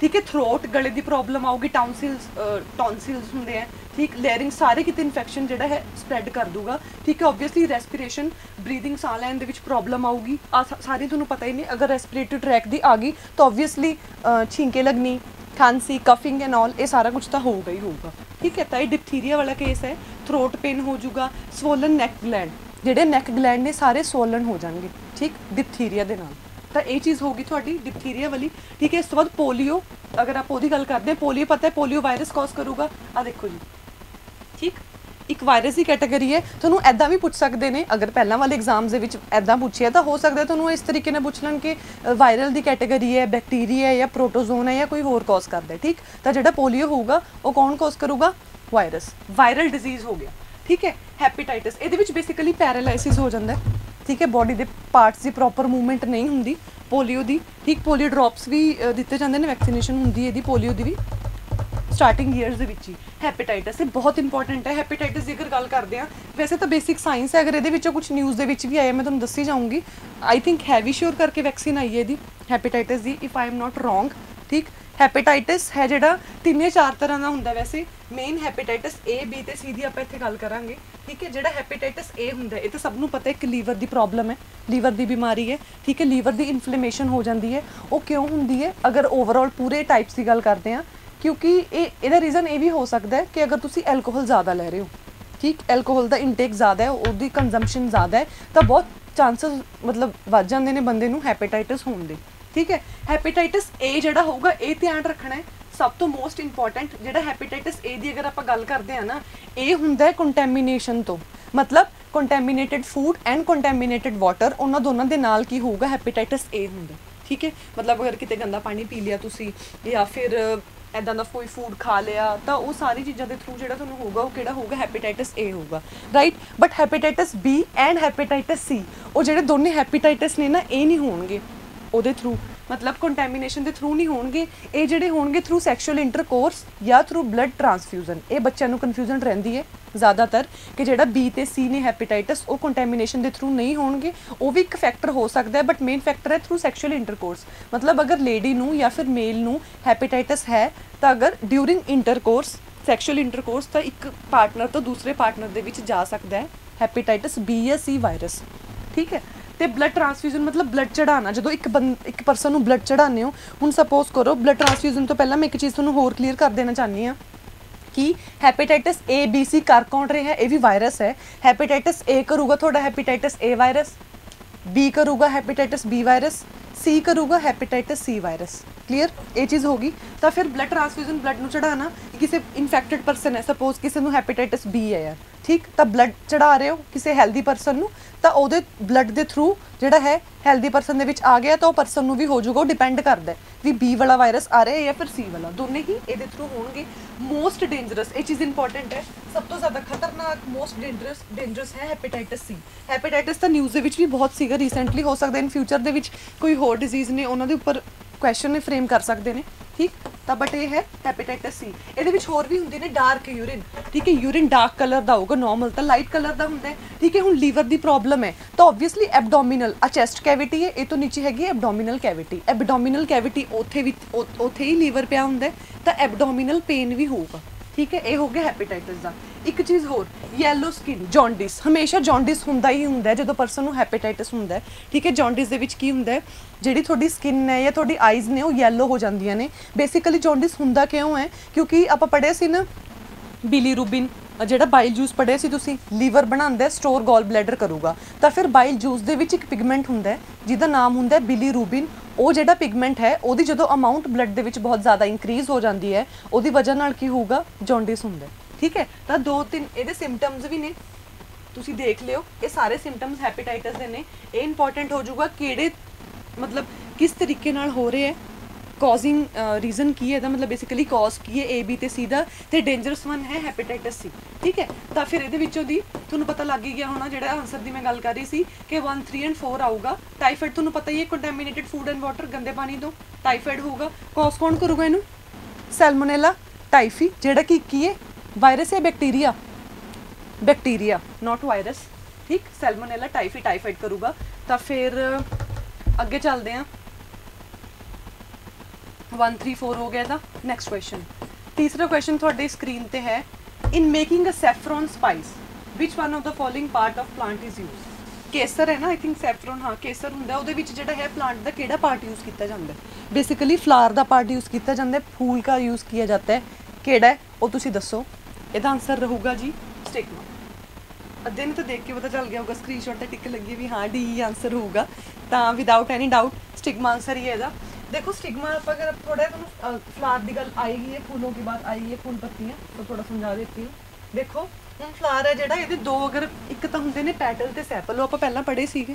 ਠੀਕ ਹੈ, ਪੈਟਲਸ ਹੁੰਦੇ ਨੇ ਹਮੇਸ਼ਾ ਕਲਰਡ, ਜਿਸ ਤਰ੍ਹਾਂ ਤੁਸੀਂ ਅਲੱਗ-ਅਲੱਗ ਤਰ੍ਹਾਂ ਦੇ ਫਲਾਰ ਦੇਖਦੇ ਹੋ, ਕੋਈ ਪਿੰਕ ਹੋ ਗਿਆ, ਕੋਈ ਵਾਈਟ ਹੁੰਦਾ, ਕੋਈ ਯੈਲੋ ਹੁੰਦਾ, ਅਲੱਗ-ਅਲੱਗ ਤਰ੍ਹਾਂ ਦੇ ਹੁੰਦੇ ਨੇ, ਰੰਗ ਬਿਰੰਗੇ ਉਹ ਪੈਟਲ ਹੁੰਦੇ ਨੇ। ਸੈਪਲ ਹੋਣਗੇ ਤੁਹਾਡੇ ਜਿਹੜੇ ਗ੍ਰੀਨ ਕਲਰ ਦੇ ਹੁੰਦੇ ਨੇ। ਜਿਸ ਤਰ੍ਹਾਂ ਗ੍ਰੀਨ ਕਲਰ ਦੀਆਂ ਲੀਵਸ, ਇਹ ਤੁਹਾਡੀਆਂ ਸੈਪਲ ਹੋ ਗਈਆਂ। ਦੈਨ ਉਸ ਤੋਂ ਬਾਅਦ ਹੋਰ ਵੀ ਪਾਰਟ ਹੁੰਦੇ ਨੇ, ਇੱਕ ਮੇਲ ਪਾਰਟ ਹੁੰਦਾ ਫਲਾਰ ਦੇ ਵਿੱਚ, ਇੱਕ ਫੀਮੇਲ ਪਾਰਟ ਹੁੰਦਾ, ਠੀਕ ਹੈ। ਜਿਹੜਾ ਮੇਲ ਪਾਰਟ ਹੁੰਦਾ ਆ ਸੀਗਾ ਤੁਹਾਡੇ ਸਾਹਮਣੇ ਬਾਈਲੋਬਡ, ਮਤਲਬ 2 ਲੋਬ ਵਾਲਾ ਸਟਰਕਚਰ, ਇਹ ਹੁੰਦਾ ਐਂਥਰ। ਨੀਚੇ ਵਾਲੀ ਸਾਈਡ ਤੇ ਕੀ ਹੁੰਦਾ, ਫਿਲਾਮੈਂਟ। ਐਂਥਰ ਤੇ ਫਿਲਾਮੈਂਟ ਦੋਨਾਂ ਨੂੰ ਆਪਾਂ ਕੀ ਬੋਲਦੇ ਆ, ਮੇਲ ਪਾਰਟ ਬੋਲਦੇ ਆ, ਸਟੈਮਨ ਬੋਲਦੇ ਆ, ਜਾਂ ਫਿਰ ਇਹਨੂੰ ਐਂਡਰੋਸ਼ੀਅਮ ਵੀ ਬੋਲਦੇ ਹੋ, ਕਿਉਂਕਿ ਫੀਮੇਲ ਨੂੰ ਗਾਇਨੋਸ਼ੀਅਮ ਬੋਲਦੇ ਹੋ। ਤੁਸੀਂ ਬੋਲਦੇ ਹੋ ਨਾ ਕਿ ਫੀਮੇਲਸ ਅਗਰ ਗੱਲ ਕਰਦੇ ਆ ਗਾਇਨੀਕੋਲੋਜਿਸਟ ਨੂੰ ਵਿਜ਼ਿਟ ਕਰਨਾ ਜਾਂ ਕੁਝ ਵੀ, ਤਾਂ ਗਾਇਨੀ ਵਰਡ ਫੀਮੇਲ ਦੇ ਨਾਲ ਲਿੰਕੇਜ ਦੇ ਵਿੱਚ ਹੁੰਦਾ, ਤਾਂ ਗਾਇਨੋਸ਼ੀਅਮ ਮਤਲਬ ਫੀਮੇਲ, ਐਂਡਰੋਸ਼ੀਅਮ ਮਤਲਬ ਮੇਲ, ਠੀਕ। ਤਾਂ ਇਹ ਸਟੈਮਨ ਹੋ ਗਿਆ। ਇਸ ਤੋਂ ਬਾਅਦ ਫੀਮੇਲ ਦਾ ਪਾਰਟ ਹੋ ਗਿਆ। ਇੱਕ ਚੀਜ਼ ਹੋਰ ਮੈਂ ਤੁਹਾਨੂੰ ਦੱਸਣਾ ਚਾਹੂੰਗੀ, ਐਂਥਰ ਦੇ ਵਿੱਚ ਪੋਲਨ ਗ੍ਰੇਨ ਹੁੰਦੇ ਨੇ, ਉਹ ਪੋਲਨ ਗ੍ਰੇਨ ਹੁੰਦੇ ਨੇ ਵਾਈਟ ਯੈਲੋ ਕਲਰ ਦੇ ਹੁੰਦੇ ਨੇ, ਬਹੁਤ ਸੌਫਟ ਹੁੰਦੇ ਨੇ, ਠੀਕ ਹੈ। ਉਹਦੀ ਵਜ੍ਹਾ ਦੇ ਨਾਲ ਹੀ ਅੱਗੇ ਜਨਰੇਸ਼ਨ ਬਣੂਗੀ, ਅੱਗੇ ਤੁਸੀਂ ਫਰੂਟ ਦੇਖਦੇ ਹੋ ਸਾਰੇ ਫਰੂਟਸ ਬਣਨਗੇ। ਇੱਕ ਚੀਜ਼ ਹੋਰ ਦੱਸ ਦਿੰਦੀ ਹਾਂ, ਸਭ ਨੂੰ ਇਹ ਚੀਜ਼ ਨਹੀਂ ਪਤਾ ਹੁੰਦੀ ਕਿ ਫਲਾਰ ਤੋਂ ਹੀ ਫਰੂਟ ਬਣੂਗਾ। ਵੈਸੇ ਬਹੁਤ ਬੇਸਿਕ ਚੀਜ਼ ਹੈ, 80 to 90% ਜਿਹੜੇ ਫਰੂਟਸ ਹੁੰਦੇ ਨੇ ਉਹ ਫਲਾਰ ਤੋਂ ਹੀ ਬਣਦੇ ਨੇ। ਪਹਿਲਾਂ ਫੁੱਲ ਬਣੂਗਾ, ਫੁੱਲ ਲੱਗਦੇ ਨੇ, ਉਹ ਤੋਂ ਹੀ ਫਿਰ ਫਰੂਟ ਬਣਦਾ, ਠੀਕ। ਫਰੂਟ ਜ਼ਰੂਰੀ ਨਹੀਂ ਐਪਲ ਬਨਾਨਾ ਵਾਲੇ, ਦੂਸਰੇ ਫਰੂਟਸ ਵੀ ਹੁੰਦੇ ਨੇ, ਠੀਕ ਹੈ, ਉਹ ਸਾਰੇ ਇਹ ਤੋਂ ਹੀ ਬਣਨਗੇ। ਤਾਂ ਇਹ ਚੀਜ਼ ਤੁਹਾਨੂੰ ਕਲੀਅਰ ਹੋਣੀ ਚਾਹੀਦੀ ਹੈ। ਪੋਲਨ ਗ੍ਰੇਨ ਉਹਦੇ ਵਿੱਚ ਮੇਲ ਗੈਮੇਟ ਹੁੰਦਾ, ਤਾਂ ਆਪਾਂ ਮੇਲ ਦੀ ਗੱਲ ਕਰ ਲਈ ਜਿਹੜਾ ਕਿ ਫੀਮੇਲ ਕੋਲ ਜਾਊਗਾ। ਹੁਣ ਫੀਮੇਲ ਦੀ ਅਗਰ ਗੱਲ ਕਰਦੇ ਹਾਂ, ਸਟਿਗਮਾ, ਸਟਾਈਲ, ਓਵਰੀ। ਫੀਮੇਲ ਦੇ 3 ਪਾਰਟ ਹੁੰਦੇ ਨੇ, ਸਟਿਗਮਾ ਹੋ ਗਿਆ, ਸਟਾਈਲ ਹੋ ਗਿਆ, ਓਵਰੀ ਹੋ ਗਈ। ਓਵਰੀ ਦੇ ਵਿੱਚ ਓਵਿਊਲਸ ਹੁੰਦੇ ਨੇ ਤੇ ਐਗ, ਉਹਦੇ ਵਿੱਚ ਕੀ ਪਿਆ ਹੁੰਦਾ, ਪ੍ਰੈਜ਼ੈਂਟ ਹੁੰਦਾ, ਐਗ ਪ੍ਰੈਜ਼ੈਂਟ ਹੁੰਦਾ। ਤਾਂ ਪੋਲਨ ਗ੍ਰੇਨ ਜਦੋਂ ਪਹੁੰਚ ਗਏ ਤੁਹਾਡੀ ਐਗ ਕੋਲ, ਮੇਲ ਗੈਮੇਟ ਤੇ ਫੀਮੇਲ ਗੈਮੇਟ ਫਿਊਜ਼ ਕਰ ਦੇਣਗੇ, ਫਰਟੀਲਾਈਜੇਸ਼ਨ ਹੋ ਜੂਗੀ, ਜ਼ਾਈਗੋਟ ਬਣ ਜੂਗਾ, ਠੀਕ ਹੈ। ਤਾਂ ਹੁਣ ਜਿਹੜਾ ਆਪਾਂ ਗੱਲ ਕੀਤੀ ਸੀ ਸਟਿਗਮਾ ਦੀ, ਇਹੀ ਪਾਰਟਿਕੂਲਰਲੀ ਸਟਿਗਮਾ ਤੋਂ ਜਿਹੜਾ ਹੈ ਬਣਾਇਆ ਜਾਂਦਾ ਹੈ saffron. Next question, which of the following is the most elastic. ਇਹਦਾ ਆਨਸਰ ਦੱਸੋ। ਦੇਖੋ ਬੱਚਿਆਂ ਦੇ ਮਾਈਂਡ ਦੇ ਵਿੱਚ ਇਹ ਚੀਜ਼ ਆਈ ਹੋਊਗੀ ਪੱਕਾ ਦੇਖ ਕੇ, ਇਹਦਾ ਆਨਸਰ ਰਬੜ ਹੋਊਗਾ, ਠੀਕ ਹੈ। ਟਿਕ ਵੀ ਲੱਗੀ ਹੋਈ ਹੈ, ਹਰ ਚੀਜ਼ ਤੇ ਦੇਖ ਕੇ ਵਿਸ਼ਵਾਸ नहीं करीदा, कई बार आंखें भी धोखा दे देती हैं देखी हुई चीज़ों को। तो ਇਹਦਾ आंसर ए नहीं है, ਇਹਦਾ आंसर बी है, स्टील आऊगा। ऐदा क्यों हैरान होए होंगे, ओबवियसली क्योंकि देखो ਜਿਹੜੀ ਇਹ ਚੀਜ਼ ਧਿਆਨ ਨਾਲ ਸਮਝਿਓ ਕਿ ਜਿਹੜੀ ਨਾ ਇਲਾਸਟਿਸਿਟੀ ਹੁੰਦੀ ਹੈ ਉਹ ਤੇ ਕਦੇ ਵੀ ਡਿਪੈਂਡ ਨਹੀਂ ਕਰਦੀ ਹੈਗੀ ਕੋਈ ਵੀ ਚੀਜ਼ ਕਿੰਨੀ ਸਟ੍ਰੈਚੇਬਲ ਹੈ ਜਾਂ ਕਿੰਨੀ ਸਟ੍ਰੈਚੇਬਲ ਨਹੀਂ, ਬਿਲਕੁਲ ਨਹੀਂ। ਇਲਾਸਟਿਸਿਟੀ ਉਹ ਚੀਜ਼ ਤੇ ਡਿਪੈਂਡ ਕਰੂਗੀ ਕਿ ਜਦੋਂ ਕਿਸੇ ਚੀਜ਼ ਨੂੰ ਫੋਰਸ ਲਾ ਕੇ ਖਿੱਚਿਆ ਤਾਂ ਵਾਪਸ ਕੀ ਆਪਦੀ ਸ਼ੇਪ ਉਹ ਰੀਗੇਨ ਕਰ ਰਹੀ ਹੈ ਜਾਂ ਨਹੀਂ ਕਰ ਰਹੀ, ਠੀਕ ਹੈ। ਤਾਂ ਧਿਆਨ ਨਾਲ ਸੁਣਿਓ। ਹੁਣ ਰਬੜ ਹੈ, ਰਬੜ ਨੂੰ ਕਿੰਨਾ ਜ਼ਿਆਦਾ ਖਿੱਚਦੇ ਹੋ ਪ੍ਰੈਸ਼ਰ ਲਗਾ ਕੇ, ਇੱਕ ਟਾਈਮ ਤੇ ਆ ਕੇ ਟੁੱਟ ਵੀ ਸਕਦੀ ਹੈ ਕਿਉਂਕਿ ਇੰਨਾ ਜ਼ਿਆਦਾ ਪ੍ਰੈਸ਼ਰ ਲਗਾ ਰਹੇ ਹੋ ਕਿ ਉਸ ਕੇਸ ਦੇ ਵਿੱਚ ਉਹਨੇ ਵਾਪਸ ਆਪਦੀ ਸ਼ੇਪ ਤੇ ਆ ਗਿਆ। ਉਹ ਫੋਰਸ ਜਦੋਂ ਆਪਾਂ ਨੂੰ ਅਪਲਾਈ ਕੀਤੀ, ਫੋਰਸ ਅਪਲਾਈ ਕਰਨ ਤੋਂ ਬਾਅਦ ਜਦੋਂ ਆਪਾਂ ਨੂੰ ਛੱਡਤਾ, ਵਾਪਸ ਆਪਦੀ ਪੋਜੀਸ਼ਨ ਤੇ ਆਇਆ ਹੀ ਨਹੀਂ। ਉਹਨੂੰ ਇੰਨਾ ਜ਼ਿਆਦਾ ਪ੍ਰੈਸ਼ਰ ਲਗਾਉਂਦੇ ਹੋ, ਇਫ ਅਗਰ ਲਗਾ ਰਹੇ ਹੋ ਤਾਂ ਉਹ ਟੁੱਟ ਜੂਗਾ। ਬਟ ਸਟੀਲ ਦੇ ਕੇਸ 'ਚ ਐਵੇਂ ਨਹੀਂ ਹੈ। ਸਟੀਲ ਨੂੰ ਅਗਰ ਤੁਸੀਂ ਸਟ੍ਰੈਚ ਕਰ ਰਹੇ ਹੋ ਫੋਰਸ ਲਗਾ ਕੇ, ਉਸ ਤੋਂ ਬਾਅਦ ਛੱਡਦੇ ਹੋ, ਵਾਪਸ ਆਪਦੀ ਪੋਜੀਸ਼ਨ ਤੇ ਆ ਜਾਊਗਾ, ਕਦੇ ਵੀ ਨਹੀਂ ਟੁੱਟਦਾ। ਉਹ ਜਿੰਨਾ ਮਰਜ਼ੀ ਪ੍ਰੈਸ਼ਰ ਲਗਾ ਲਓ, ਐਕਸੈਸ ਪ੍ਰੈਸ਼ਰ ਵੀ ਲਗਾਉਂਦੇ ਹੋ ਤਾਂ ਵਾਪਸ ਆ ਜਾਊਗਾ। ਤਾਂ ਇਸ ਕਰਕੇ ਸਟੀਲ ਇਲਾਸਟਿਕ ਹੁੰਦਾ ਹੈ, ਠੀਕ ਹੈ, ਰਬੜ ਨਾਲੋਂ। ਰਬੜ ਕਿਉਂਕਿ वापस आपकी शेप रीगेन नहीं कर पाती अगर एक्सैस प्रेशर लगाने हैं। तो ये कॉन्सैप्ट लगूगा इत्थे, ठीक। तो आई होप तुहानूं क्लीयर हो गया होगा कि स्टील होगा ज़्यादा इलास्टिक, मैं तो सारा मैंशन किया हुआ है, बट रबड़ नहीं होगा, ठीक। तो अगे चलते हैं, नैक्सट क्वेश्चन है तुहाडा, विच of the following is true about average volume of total body in water of human body 70 kg। कहते 70 kg का अगर कोई परसन है तो एवरेज कितना पानी होगा अपनी बॉडी दे विच। एवरेज पूछी है, टोटल अपनी बॉडी दे विच कितना पानी हुंदा, ओहदा वॉल्यूम पूछा होया, एवरेज वॉल्यूम कितना, ठीक है। वैसे 40 तो 45 लीटर दे विच हुंदा है, 40 to 45, बट ऑप्शन के अकॉर्डिंगली फिर आप 42 चलांगे क्योंकि 40 to 45 की गल है ना, 45 नहीं आऊगा ਇਹਦਾ आंसर आऊगा 42, क्योंकि 40 to 45 ਦੇ ਵਿੱਚ कैटेगरी आऊगी, मतलब कितना वॉल्यूम एवरेज वॉल्यूम है वाटर का, ठीक। अगे चलते हैं, नैक्सट क्वेश्चन कहते blue green algae are chiefly used as bio fertiliser in the crop. Algae तुसीं देखिए ਜਿਹੜੀ ਆਪਾਂ ਉਹਨੂੰ ਕਾਈ ਵੀ ਬੋਲਦੇ ਆ, ਪਾਣੀ ਦੇ ਉੱਪਰ ਲੱਗੀ ਹੁੰਦੀ ਹੈ, ਗ੍ਰੀਨ ਕਲਰ ਦੀ। ਇਹਦੀ ਬਹੁਤ ਸਾਰੇ ਟਾਈਪਸ ਨੇ, ਰੈੱਡ ਵੀ ਹੁੰਦੀ ਹੈ, ਯੈਲੋ ਵੀ ਹੁੰਦੀ ਹੈ। ਤਾਂ ਹੁਣ ਬਲੂ ਗ੍ਰੀਨ ਐਲਗੀ ਦੀ ਗੱਲ ਕਰਦੇ ਆ, ਕਹਿੰਦੇ ਇਹਨਾਂ ਨੂੰ ਬਾਇਓ ਫਰਟੀਲਾਈਜ਼ਰ ਕਿਹੜੀ ਕ੍ਰੌਪ 'ਚ ਯੂਜ਼ ਕੀਤਾ ਜਾਂਦਾ ਹੈ, ਤਾਂ ਇਹਦਾ ਆਨਸਰ ਆਊਗਾ ਪੈਡੀ ਕ੍ਰੌਪ, ਠੀਕ ਹੈ। ਬਾਇਓ ਫਰਟੀਲਾਈਜ਼ਰ ਕੀ ਹੁੰਦੇ ਨੇ, ਬਾਇਓ ਫਰਟੀਲਾਈਜ਼ਰ ਐਦਾਂ ਦੇ ਸਬਸਟੈਂਸ ਹੁੰਦੇ ਨੇ ਜਿਹੜੇ ਕੀ ਕਰਦੇ ਨੇ ਪਲਾਂਟ ਨੂੰ ਨਾ, ਪਲਾਂਟ ਦੀ ਗਰੋਥ ਕਰਨਗੇ, मतलब ਜਿਹੜੇ ਨਿਊਟ੍ਰੀਐਂਟਸ ਪਲਾਂਟ ਨੂੰ ਚਾਹੀਦੇ ਨੇ ਗਰੋ ਕਰਨ ਵਾਸਤੇ, ਉਹ ਸਾਰੇ ਨਿਊਟ੍ਰੀਐਂਟਸ ਕੌਣ ਪ੍ਰੋਵਾਈਡ ਕਰਨਗੇ, ਤੁਹਾਡੇ ਬਾਇਓ ਫਰਟੀਲਾਈਜ਼ਰ ਪ੍ਰੋਵਾਈਡ ਕਰਨਗੇ। ਤਾਂ ਫਿਰ ਜਿਹੜਾ ਬਲੂ ਗ੍ਰੀਨ ਐਲਗੀ ਹੈ, ਕੱਲਾ ਬਲੂ ਗ੍ਰੀਨ ਐਲਗੀ ਹੀ ਨਹੀਂ, ਇਹ ਤੋਂ ਇਲਾਵਾ ਹੋਰ ਵੀ ਬਹੁਤ ਸਾਰੇ ਬੈਕਟੀਰੀਆ ਹੁੰਦੇ ਨੇ। ਮਾਈਕੋਰਾਈਜ਼ਲ ਫੰਜਾਈ ਦੀ ਇੱਕ ਐਗਜ਼ਾਮਪਲ ਲਿਖੀ ਹੋਈ ਹੈ। ਇਹ ਸਾਰੇ ਬਾਇਓ ਫਰਟੀਲਾਈਜ਼ਰ ਦੀ ਤਰ੍ਹਾਂ ਐਕਟ ਕਰਦੇ ਨੇ ਤੇ ਕ੍ਰੌਪ ਦੀ ਜਿਹੜੇ ਯੀਲਡ ਨੂੰ ਬੈਟਰ ਕਰਨਗੇ, ਉਹਦੀ ਗਰੋਥ ਵਧੀਆ ਕਰ ਦੇਣਗੇ, ਨਿਊਟ੍ਰੀਐਂਟਸ ਉਹਨਾਂ ਨੂੰ ਪ੍ਰੋਵਾਈਡ ਕਰ ਦੇਣਗੇ, ਠੀਕ। ਤਾਂ ਪੈਡੀ ਇਹਦਾ ਆਨਸਰ ਆਊਗਾ, ਠੀਕ। ਪੈਡੀ ਰਾਈਸ ਨੂੰ ਹੀ ਬੋਲਿਆ ਜਾਂਦਾ ਹੈ, ਤਾਂ ਇਹ ਤੁਹਾਡਾ ਆਨਸਰ ਆ ਜਾਊਗਾ 6th ਦਾ। ਨੈਕਸਟ ਕੁਐਸਚਨ ਤੁਹਾਡੇ ਅੱਗੇ ਕਹਿੰਦੇ LPG is used in domestic setups in kitchen is usually which of the following gas. Chemistry ਦੇ ਵਿੱਚੋਂ ਜ਼ਿਆਦਾਤਰ acid base and salt fuel ਵਾਲਾ ਚੈਪਟਰ ਤੇ ਮੈਟਲ ਨॉन ਮੈਟਲ ਇਹ ਚੋਂ ਜ਼ਿਆਦਾ ਪਾਉਂਦੇ ਨੇ, ਤੁਸੀਂ ਦੇਖ ਹੀ ਸਕਦੇ ਹੋ ਜਨਰਲ ਸਾਇੰਸ ਦੇ ਕੁਐਸਚਨਸ। ਤਾਂ ਇਹਦਾ ਆਂਸਰ ਆ ਜਾਊਗਾ नॉट ऑक्सीजन मीथेन। फिर मैं बोल रही हूँ, भटकोगे ही नहीं, ये तो विश्वास नहीं करोगे। आंसर आ जाऊगा सी, ब्यूटेन एंड प्रोपेन। ਹੁਣ ਦੇਖੋ ਸਭ ਤੋਂ ਪਹਿਲਾਂ ਨਾ ਨੈਚੁਰਲ ਗੈਸ ਕਿਹੜੀ ਹੁੰਦੀ ਹੈ, ਸਿੰਪਲ ਜਿਹੜੀ ਨੈਚੁਰਲੀ ਅਕਰ ਕਰਦੀ ਹੈ, ਮਤਲਬ ਜਿਹੜੀ ਮਿਥੇਨ ਤੋਂ ਮਿਲ ਕੇ ਬਣੀ ਹੁੰਦੀ ਹੈ। ਅਗਰ ਆਪਾਂ ਗੱਲ ਕਰਦੇ ਹਾਂ, ਆਪਾਂ ਨੂੰ ਮਿਲਦੀ ਕਿੱਥੋਂ ਹੈ ਨੈਚੁਰਲ ਗੈਸ? ਅੰਡਰਗਰਾਉਂਡ ਮਿਲਦੀ ਹੈ, ਅੰਡਰਗਰਾਉਂਡ ਰੌਕਸ ਤੋਂ। ਬਣਦੀ ਕਿਵੇਂ ਹੈ? ਜਿਵੇਂ ਹੁਣ ਦੇਖੋ ਡੀਕੰਪੋਜੀਸ਼ਨ ਹੋ ਜਾਂਦੀ ਹੈ, ਕੋਈ ਡੈੱਡ ਬੋਡੀ ਹੈ, ਕੋਈ ਡੈੱਡ ਪਲਾਂਟ ਨੇ, ਡੈੱਡ ਐਨੀਮਲ ਨੇ, ਜਦੋਂ ਡੈੱਡ ਹੋ ਗਏ ਕੁਝ ਟਾਈਮ ਬਾਅਦ ਦੇਖੋਗੇ ਉਹ 'ਤੇ ਨਾ ਬੈਕਟੀਰੀਆ ਗਰੋ ਕਰਨ ਲੱਗ ਜਾਂਦੇ ਨੇ, ਉਹਨੂੰ ਡੀਕੰਪੋਜ਼ਰ ਬੋਲਾਂਗੇ। ਹੌਲੀ ਹੌਲੀ ਬੋਡੀ ਨੂੰ ਆਪਾਂ ਕਹਿੰਦੇ ਪੂਰੀ ਖਤਮ ਹੋ ਜਾਂਦੀ, ਉਹਨੂੰ ਖਾ ਜਾਂਦੇ ਨੇ ਉਹ। ਡੀਕੰਪੋਜ਼ਰ ਦੀ ਗੱਲ ਕਰਦੇ ਕੁਝ ਟਾਈਮ ਬਾਅਦ ਉਹ ਖਤਮ ਹੋ ਜਾਂਦੀ ਹੈ, ਤਾਂ ਉਹ 'ਤੇ ਐਕਟ ਕਰਦੇ ਨੇ ਉਹਨਾਂ ਦੀ ਬੋਡੀ 'ਚ ਜਿਹੜਾ ਆਰਗੈਨਿਕ ਮੈਟਰ ਹੁੰਦਾ ਹੈ। ਆਰਗੈਨਿਕ ਮੈਟਰ ਹੁੰਦੀ ਕਾਰਬਨ, ਹਾਈਡਰੋਜਨ ਤੇ ਆਕਸੀਜਨ, ਥੋੜਾ ਡਿਟੇਲ ਦੱਸ ਰਹੀ ਹਾਂ। ਤਾਂ ਫਿਰ ਉਹ ਡੀਕੰਪੋਜ਼ਰ ਉਹ 'ਤੇ ਐਕਟ ਕਰਨਗੇ, ਠੀਕ ਹੈ, ਤਾਂ ਉਹ ਉੱਥੋਂ ਰਿਲੀਜ਼ ਹੋਊਗੀ ਮਿਥੇਨ ਗੈਸ, ਠੀਕ ਹੈ। ਤਾਂ ਉੱਥੋਂ ਨੈਚੁਰਲ ਗੈਸ ਬਣੂਗੀ। ਬੇਸਿਕਲੀ ਅੰਡਰਗਰਾਉਂਡ ਵੀ ਆਪਾਂ ਨੂੰ ਮਿਲਦੀ ਹੈ, ਇਹ ਜਿਹੜੇ ਅੰਡਰਗਰਾਉਂਡ ਰੌਕਸ ਹੁੰਦੇ ਨੇ ਉੱਥੋਂ ਵੀ ਮਿਲ ਜੂਗੀ ਨੈਚੁਰਲ ਗੈਸ। ਜ਼ਿਆਦਾਤਰ ਇਹ ਮਿਥੇਨ ਤੋਂ ਮਿਲ ਕੇ ਬਣੀ ਹੁੰਦੀ ਹੈ। ਥੋੜਾ ਫਰਕ ਹੀ ਹੁੰਦਾ ਹੈ ਅਗਰ ਆਪਾਂ ਗੱਲ ਕਰੀਏ CNG ਤੇ LPG ਦਾ। CNG ਹੁੰਦੀ ਹੈ ਕੰਪਰੈਸਡ ਨੈਚੁਰਲ ਗੈਸ, ਮਤਲਬ ਤੁਸੀਂ ਥੋੜਾ ਜਿਹਾ 1% ਤੋਂ ਵੀ ਥੋੜਾ ਜਿਹਾ ਘੱਟ ਪ੍ਰੈਸ਼ਰ ਲਗਾਇਆ ਕਿਤੇ ਨੈਚੁਰਲ ਗੈਸ ਤੇ, ਤਾਂ ਤੁਹਾਨੂੰ ਕੰਪਰੈਸਡ ਨੈਚੁਰਲ ਗੈਸ ਮਿਲੂਗੀ। ਬਟ ਅਗਰ ਬਹੁਤ ਜ਼ਿਆਦਾ ਪ੍ਰੈਸ਼ਰ ਲਗਾਓਗੇ, ਜ਼ਿਆਦਾ ਲਿਕੁਇਫਾਈ ਕਰ ਦੋਗੇ ਉਹਨੂੰ, ਫਿਰ ਉਹ ਲਿਕੁਇਡ ਪੈਟਰੋਲੀਅਮ ਗੈਸ 'ਚ ਕਨਵਰਟ ਹੋ ਜੂਗੀ। ਇਹ ਫਰਕ ਹੈ ਮੇਨ, ਕਿ ਥੋੜਾ ਜਿਹਾ ਪ੍ਰੈਸ਼ਰ ਲਗਾਇਆ, ਕਿਉਂਕਿ ਜਦੋਂ ਗੈਸਿਸ ਦੀ ਪ੍ਰੋਪਰਟੀਜ਼ ਹੁੰਦੀਆਂ ਨੇ ਉਹ 'ਤੇ ਬਹੁਤ ਜ਼ਿਆਦਾ ਪ੍ਰੈਸ਼ਰ ਅਪਲਾਈ ਕਰਦੇ ਹੋ ਜਾਂ ਉਹਨੂੰ ਕੂਲ ਕਰਦੇ ਹੋ, ਠੰਡਾ ਕਰਦੇ ਹੋ, ਉਹ ਪਾਣੀ 'ਚ ਕਨਵਰਟ ਹੋ ਜਾਂਦੀ ਹੈ। ਤਾਂ ਨੈਚੁਰਲ ਗੈਸ ਦੇ ਵਿੱਚ ਥੋੜਾ ਜਿਹਾ ਪ੍ਰੈਸ਼ਰ ਲਗਾਇਆ, ਅਲੱਗ-ਅਲੱਗ ਅਮਾਊਂਟ ਹੈ ਦੋਨਾਂ ਦੀ, ਕਿੰਨਾ ਲਗਾਇਆ ਕਿੰਨਾ ਨਹੀਂ ਲਗਾਇਆ, ਤਾਂ ਉਹ CNG ਬਣ ਗਈ ਕੰਪਰੈਸਡ ਨੈਚੁਰਲ ਗੈਸ। ਅਗਰ ਬਹੁਤ ਜ਼ਿਆਦਾ ਐਕਸੈਸ ਪ੍ਰੈਸ਼ਰ ਲਗਾਇਆ ਤਾਂ ਬਣ ਜੂਗੀ LPG, ਲਿਕੁਇਡ ਪੈਟਰੋਲੀਅਮ ਗੈਸ। ਹੁਣ CNG ਦੀ ਗੱਲ ਹੋ ਰਹੀ ਹੈ, ਇਹਦੇ ਵਿੱਚ ਕੀ ਹੋਊਗਾ? ਮਿਥੇਨ ਦੀ ਅਮਾਊਂਟ ਥੋੜੀ ਜ਼ਿਆਦਾ ਹੋਊਗੀ, ਠੀਕ ਹੈ, ਨॉन ਪੋਲਿਊਟੈਂਟ ਹੋਊਗੀ ਇਹ, ਮਤਲਬ ਇਨਵਾਇਰਨਮੈਂਟ ਨੂੰ ਐਦਾਂ ਨਹੀਂ ਹੈਗਾ ਕਿ ਕੋਈ ਵੀ ਇਫੈਕਟ ਕਰ ਰਹੀ ਹੈ ਜਾਂ ਹਾਰਮਫੁਲ ਹੈ, ਠੀਕ ਹੈ। ਪਰ ਜਿਹੜੀ LPG ਹੋਊਗੀ, ਤੁਸੀਂ ਕਿਚਨ 'ਚ ਯੂਜ਼ ਕਰਦੇ ਹੋ ਨਾ ਲਿਕੁਇਡ ਪੈਟਰੋਲੀਅਮ ਗੈਸ, ਉਹੀ ਇਹ। ਇਹਦੇ ਵਿੱਚ ਹੋਰ ਹਾਈਡਰੋਕਾਰਬਨ ਵੀ ਹੁੰਦੇ ਨੇ, ਨੋ ਡਾਊਟ ਮਿਥੇਨ ਵੀ ਹੁੰਦੀ ਹੈ, ਪਰ ਇਹਦੇ ਵਿੱਚ ਪ੍ਰੋਪੇਨ, ਬਿਊਟੇਨ ਸਭ ਤੋਂ ਜ਼ਿਆਦਾ ਪਾਏ ਜਾਂਦੇ ਨੇ। ਤੁਹਾਡੀ LPG ਗੈਸ ਦੇ ਵਿੱਚ ਆ ਲਿਖਿਆ ਵੀ ਹੋਇਆ ਬਾਈ ਅਪਲਾਈਂਗ ਹਾਈ ਪ੍ਰੈਸ਼ਰ, ਤਾਂ ਇਹ ਚੀਜ਼ ਦਾ ਧਿਆਨ ਰੱਖੋਗੇ। ਮਿਥੇਨ ਦੇ ਵਿੱਚ ਹੋਊਗੀ, CNG ਕੰਪਰੈਸਡ ਨੈਚੁਰਲ ਗੈਸ ਤੇ LPG ਦੇ ਵਿੱਚ ਇਹੀ ਫਰਕ ਹੈ ਕਿ ਕੰਪਰੈਸਡ ਨੈਚੁਰਲ ਗੈਸ ਵਾਂਗੂ ਹੀ ਮਿਥੇਨ ਜ਼ਿਆਦਾ ਹੋਊਗੀ, ਬਟ LPG ਦੇ ਵਿੱਚ ਨੋ ਡਾਊਟ ਮਿਥੇਨ ਹੋਊਗੀ। ਬਟ ਇਸ ਤੋਂ ਇਲਾਵਾ ਹੋਰ ਹਾਈ ਜਿਹੜੇ ਹੋਣਗੇ, ਹੈਵੀ ਹਾਈਡਰੋਕਾਰਬਨਸ ਵੀ ਹੋਣਗੇ, ਜਿਵੇਂ ਪ੍ਰੋਪੇਨ ਹੋ ਗਿਆ, ਬਿਊਟੇਨ ਹੋ ਗਿਆ, ਠੀਕ ਹੈ। ਇਹਨੂੰ ਟਰਾਂਸਪੋਰਟੇਸ਼ਨ ਸਟੋਰੇਜ ਵਾਸਤੇ ਯੂਜ਼ ਕੀਤਾ ਜਾਂਦਾ, ਤੁਹਾਨੂੰ ਪਤਾ ਹੀ ਹੈ। ਅਗਲਾ ਕੁਐਸਚਨ ਕਹਿੰਦੇ which of the following are energy rich food. ਇਹਦੇ ਵਿੱਚੋਂ ਕਿਹੜੇ ਇਦਾਂ ਦੇ ਫੂਡ ਨੇ ਜਿਹੜੇ ਆਪਾਂ ਨੂੰ એનર્ਜੀ ਦਿੰਦੇ ਨੇ, ਠੀਕ ਹੈ। ਤਾਂ ਇਹਦਾ ਆਨਸਰ ਕੀ ਆਊਗਾ? इसका आंसर आएगा A, कार्बोहाइड्रेट एंड फैट। देखो दिंदे ਤਾਂ प्रोटीन भी ने, बट फैट ज़्यादा एनर्जी दिंदे ने ਆਪਾਂ ਨੂੰ। कार्ब्स भी बोलते हैं इन्हों, कार्ब्स सुने होगा, कार्बोहाइड्रेट्स ते फैट, ये दोनों मिलके ਜਿਹੜੇ ਹੈਗੇ ਨੇ ਆਪਣੀ ਬੋਡੀ ਨੂੰ ਸਭ ਤੋਂ ਜ਼ਿਆਦਾ એનર્ਜੀ ਦੇਣਗੇ। ਅਗਰ ਆਪਸ਼ਨ ਦੇ ਵਿੱਚ ਪ੍ਰੋਟੀਨ ਐਂਡ ਫੈਟ ਹੋਇਆ, ਪ੍ਰੋਟੀਨ ਐਂਡ ਕਾਰਬੋਹਾਈਡਰੇਟ ਹੋਇਆ, ਉਦੋਂ ਵੀ ਤੁਹਾਡਾ ਆਨਸਰ ਕਾਰਬੋਹਾਈਡਰੇਟ ਐਂਡ ਫੈਟ ਹੀ ਹੋਊਗਾ, ਕਿਉਂਕਿ ਪ੍ਰੋਟੀਨ ਨਹੀਂ ਆਊਗਾ। नो डाउट वो देंगे, बट फैट हो तो ज़्यादा एनर्जी देंगे, ठीक। कार्बोहाइड्रेट एंड फैट्स, ठीक है। ਅੱਗੇ ਚੱਲਦੇ ਹਾਂ next question, which is the first enzyme that mix with the food. ਇੱਦਾਂ ਦਾ ਕਿਹੜਾ ਇੰਜ਼ਾਈਮ ਹੈ ਜਿਹੜਾ ਤੁਹਾਡੇ ਫੂਡ ਦੇ ਵਿੱਚ ਸਭ ਤੋਂ ਪਹਿਲਾਂ ਮਿਕਸ ਹੁੰਦਾ ਹੈ? ਤੁਸੀਂ ਕੋਈ ਚੀਜ਼ ਕੰਜ਼ਿਊਮ ਕਰ ਰਹੇ ਹੋ, ਕੋਈ ਚੀਜ਼ ਖਾ ਰਹੇ ਹੋ, ਤੁਹਾਡੇ ਮਾਊਥ ਦੇ ਵਿੱਚ ਕੋਈ ਚੀਜ਼ ਜਦੋਂ ਐਂਟਰ ਕਰੀ, ਸਲਾਈਵਾ ਹੁੰਦਾ ਹੈ, ਠੀਕ ਹੈ। ਸਲਾਈਵਾ ਦੇ ਵਿੱਚ ਕੀ ਪ੍ਰੈਜ਼ੈਂਟ ਹੁੰਦੇ ਨੇ? ਸਲਾਈਵਰੀ ਗਲੈਂਡਸ ਹੋਣਗੇ। ਹੁਣ ਜਿਹੜੇ ਸਲਾਈਵਰੀ ਗਲੈਂਡ ਨੇ ਉਹਨਾਂ ਦੇ ਵਿੱਚ ਇੱਕ ਇੰਜ਼ਾਈਮ ਪ੍ਰੈਜ਼ੈਂਟ ਹੁੰਦਾ ਹੈ, ਉਹਨੂੰ ਆਪਾਂ ਬੋਲਦੇ ਹਾਂ ਸਲਾਈਵਰੀ ਅਮਾਈਲੇਜ਼ ਜਾਂ ਫਿਰ ਟਾਈਲਿਨ। ਟਾਈਲਿਨ ਵੀ ਇਹਨੂੰ ਹੀ ਬੋਲਦੇ ਹਾਂ, ठीक है। सलाइवरी अमाइलेज भी इक्को गल है, टाइलिन भी इक्को चीज़ है। जिहड़ी चीज़ की एक्सप्लेनेशन की जरूरत है मैं ऐड की हुई PPT दे विच, ओहदी चिंता ना करियो तुसीं बस इधर ध्यान दो ते इहनूं समझो। टाइलिन या सलाइवरी अमाइलेज इक्को गल है। पहले क्वेश्चन आया सी, उहदे विच टाइलिन लिखिया होया सी, तां कन्फ्यूज़ नहीं होवोगे। एक चीज़ होर, जदों कोई भी चीज़ खा रहे हो ना, माउथ दे विच सब तो पहला कार्बोहाइड्रेट की डाइजेशन होगी, ठीक है। कोई रोटी होगी, थोड़े ब्रैड हो गए, सब दे विच कार्बोहाइड्रेट ही तां हुंदा है, ठीक है। ਉਹ ਸਭ ਤੋਂ ਪਹਿਲਾਂ ਟੁੱਟਣਗੇ। ਕੋਈ ਵੀ ਚੀਜ਼ ਅਗਰ ਪ੍ਰੋਟੀਨ ਵਾਲੀ ਖਾਈ ਜਾਂ ਫੈਟ ਵਾਲੀ ਖਾਈ, ਐਜ਼ ਇਟ ਇਜ਼ ਉਹ ਅੱਗੇ ਪਹੁੰਚ ਜੂਗੀ ਸਟਮਕ ਕੋਲ ਤੇ ਇੰਟੈਸਟਾਈਨ ਕੋਲ। ਕਦੇ ਵੀ ਮਾਊਥ ਦੇ ਵਿੱਚ ਪ੍ਰੋਟੀਨ ਜਾਂ ਫੈਟ ਦੀ ਡਾਈਜੈਸ਼ਨ ਸ਼ੁਰੂ ਹੁੰਦੀ ਨਹੀਂ, ਹਮੇਸ਼ਾ ਕਿਹਦੀ ਸ਼ੁਰੂ ਹੋਊਗੀ? ਸਿਰਫ ਔਰ ਸਿਰਫ ਤੁਹਾਡੇ ਕਾਰਬੋਹਾਈਡਰੇਟਸ ਦੀ, ਠੀਕ ਹੈ। ਤੇ ਇਹ ਤੁਹਾਡਾ ਹੋ ਗਿਆ ਟਾਈਲਿਨ ਐਂਜ਼ਾਈਮ। ਤਾਂ ਇਹ ਪੂਰਾ ਡਾਈਜੈਸਟਿਵ ਸਿਸਟਮ ਹੈ ਤੁਹਾਡਾ, ठीक है। आ सलाइवरी ग्लैंड दिखाए हुए ने, टंग के नीचे वाली साइड ते प्रेजेंट होंदे ने, एक ऊपर वाली साइड हुंदा है, एक पेयर नीचे वाली साइड। खैर ये बहुत डिटेल है, बट थोड़ा एक बार पता होना चाहिए सलाइवरी ग्लैंड दे विच किहड़ा हुंदा है इंजाइम, ते वो एक्ट किते करूगा सलाइवरी अमाइलेज?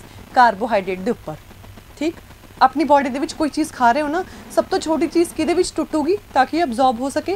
कार्बोहाइड्रेट टुटणगे किहदे विच? ग्लूकोज दे विच, वो तो फर्दर अपनी बॉडी नूं तोड़ नहीं सकती। प्रोटीन किहदे विच टुटणगे? प्रोटीन टुटणगे अमीनो एसिड्स दे विच, ठीक। फिर फाइनली की होगा जिहड़ी अपनी बॉडी दी ਇੰਟੈਸਟਾਈਨ ਹੈ, ਠੀਕ ਹੈ, ਉਹਨੂੰ ਐਬਜ਼ੌਰਬ ਕਰ ਲੂਗੀ ਤੇ ਫਿਰ ਫਾਈਨਲੀ ਇਹ ਫੂਡ ਹੈ ਜਿਹੜਾ ਪੂਰੀ ਬੋਡੀ ਦੇ ਵਿੱਚ ਤੁਹਾਨੂੰ ਸਰਕੂਲੇਟ ਹੋ ਜਾਊਗਾ, ਬਲੱਡ ਐਸੀਮੀਲੇਟ ਕਰ ਦੂਗਾ, ਤੁਹਾਨੂੰ એનર્ਜੀ ਮਿਲ ਜੂਗੀ। ਦੈਨ ਅੱਗੇ ਚੱਲਦੇ ਹਾਂ। Which of the following crop genome was first to be sequenced. ਦੇਖੋ ਵੈਸੇ ਤਾਂ ਇਹ ਸਾਇੰਸ ਐਂਡ ਟੈਕ ਦਾ ਕੁਐਸਚਨ ਹੈ ਓਬਵੀਅਸਲੀ, ਬਟ ਮੈਂ ਇੱਕ ਇਸ ਕਰਕੇ ਲੈ ਕੇ ਆਈ ਹਾਂ ਤਾਂ ਕਿ ਮੈਂ ਤੁਹਾਨੂੰ ਬਾਇਓਟੈਕਨੋਲੋਜੀ ਦੀ ਡੈਫੀਨੇਸ਼ਨ ਦੱਸ ਸਕਾਂ ਹੁੰਦਾ ਕੀ ਹੈ।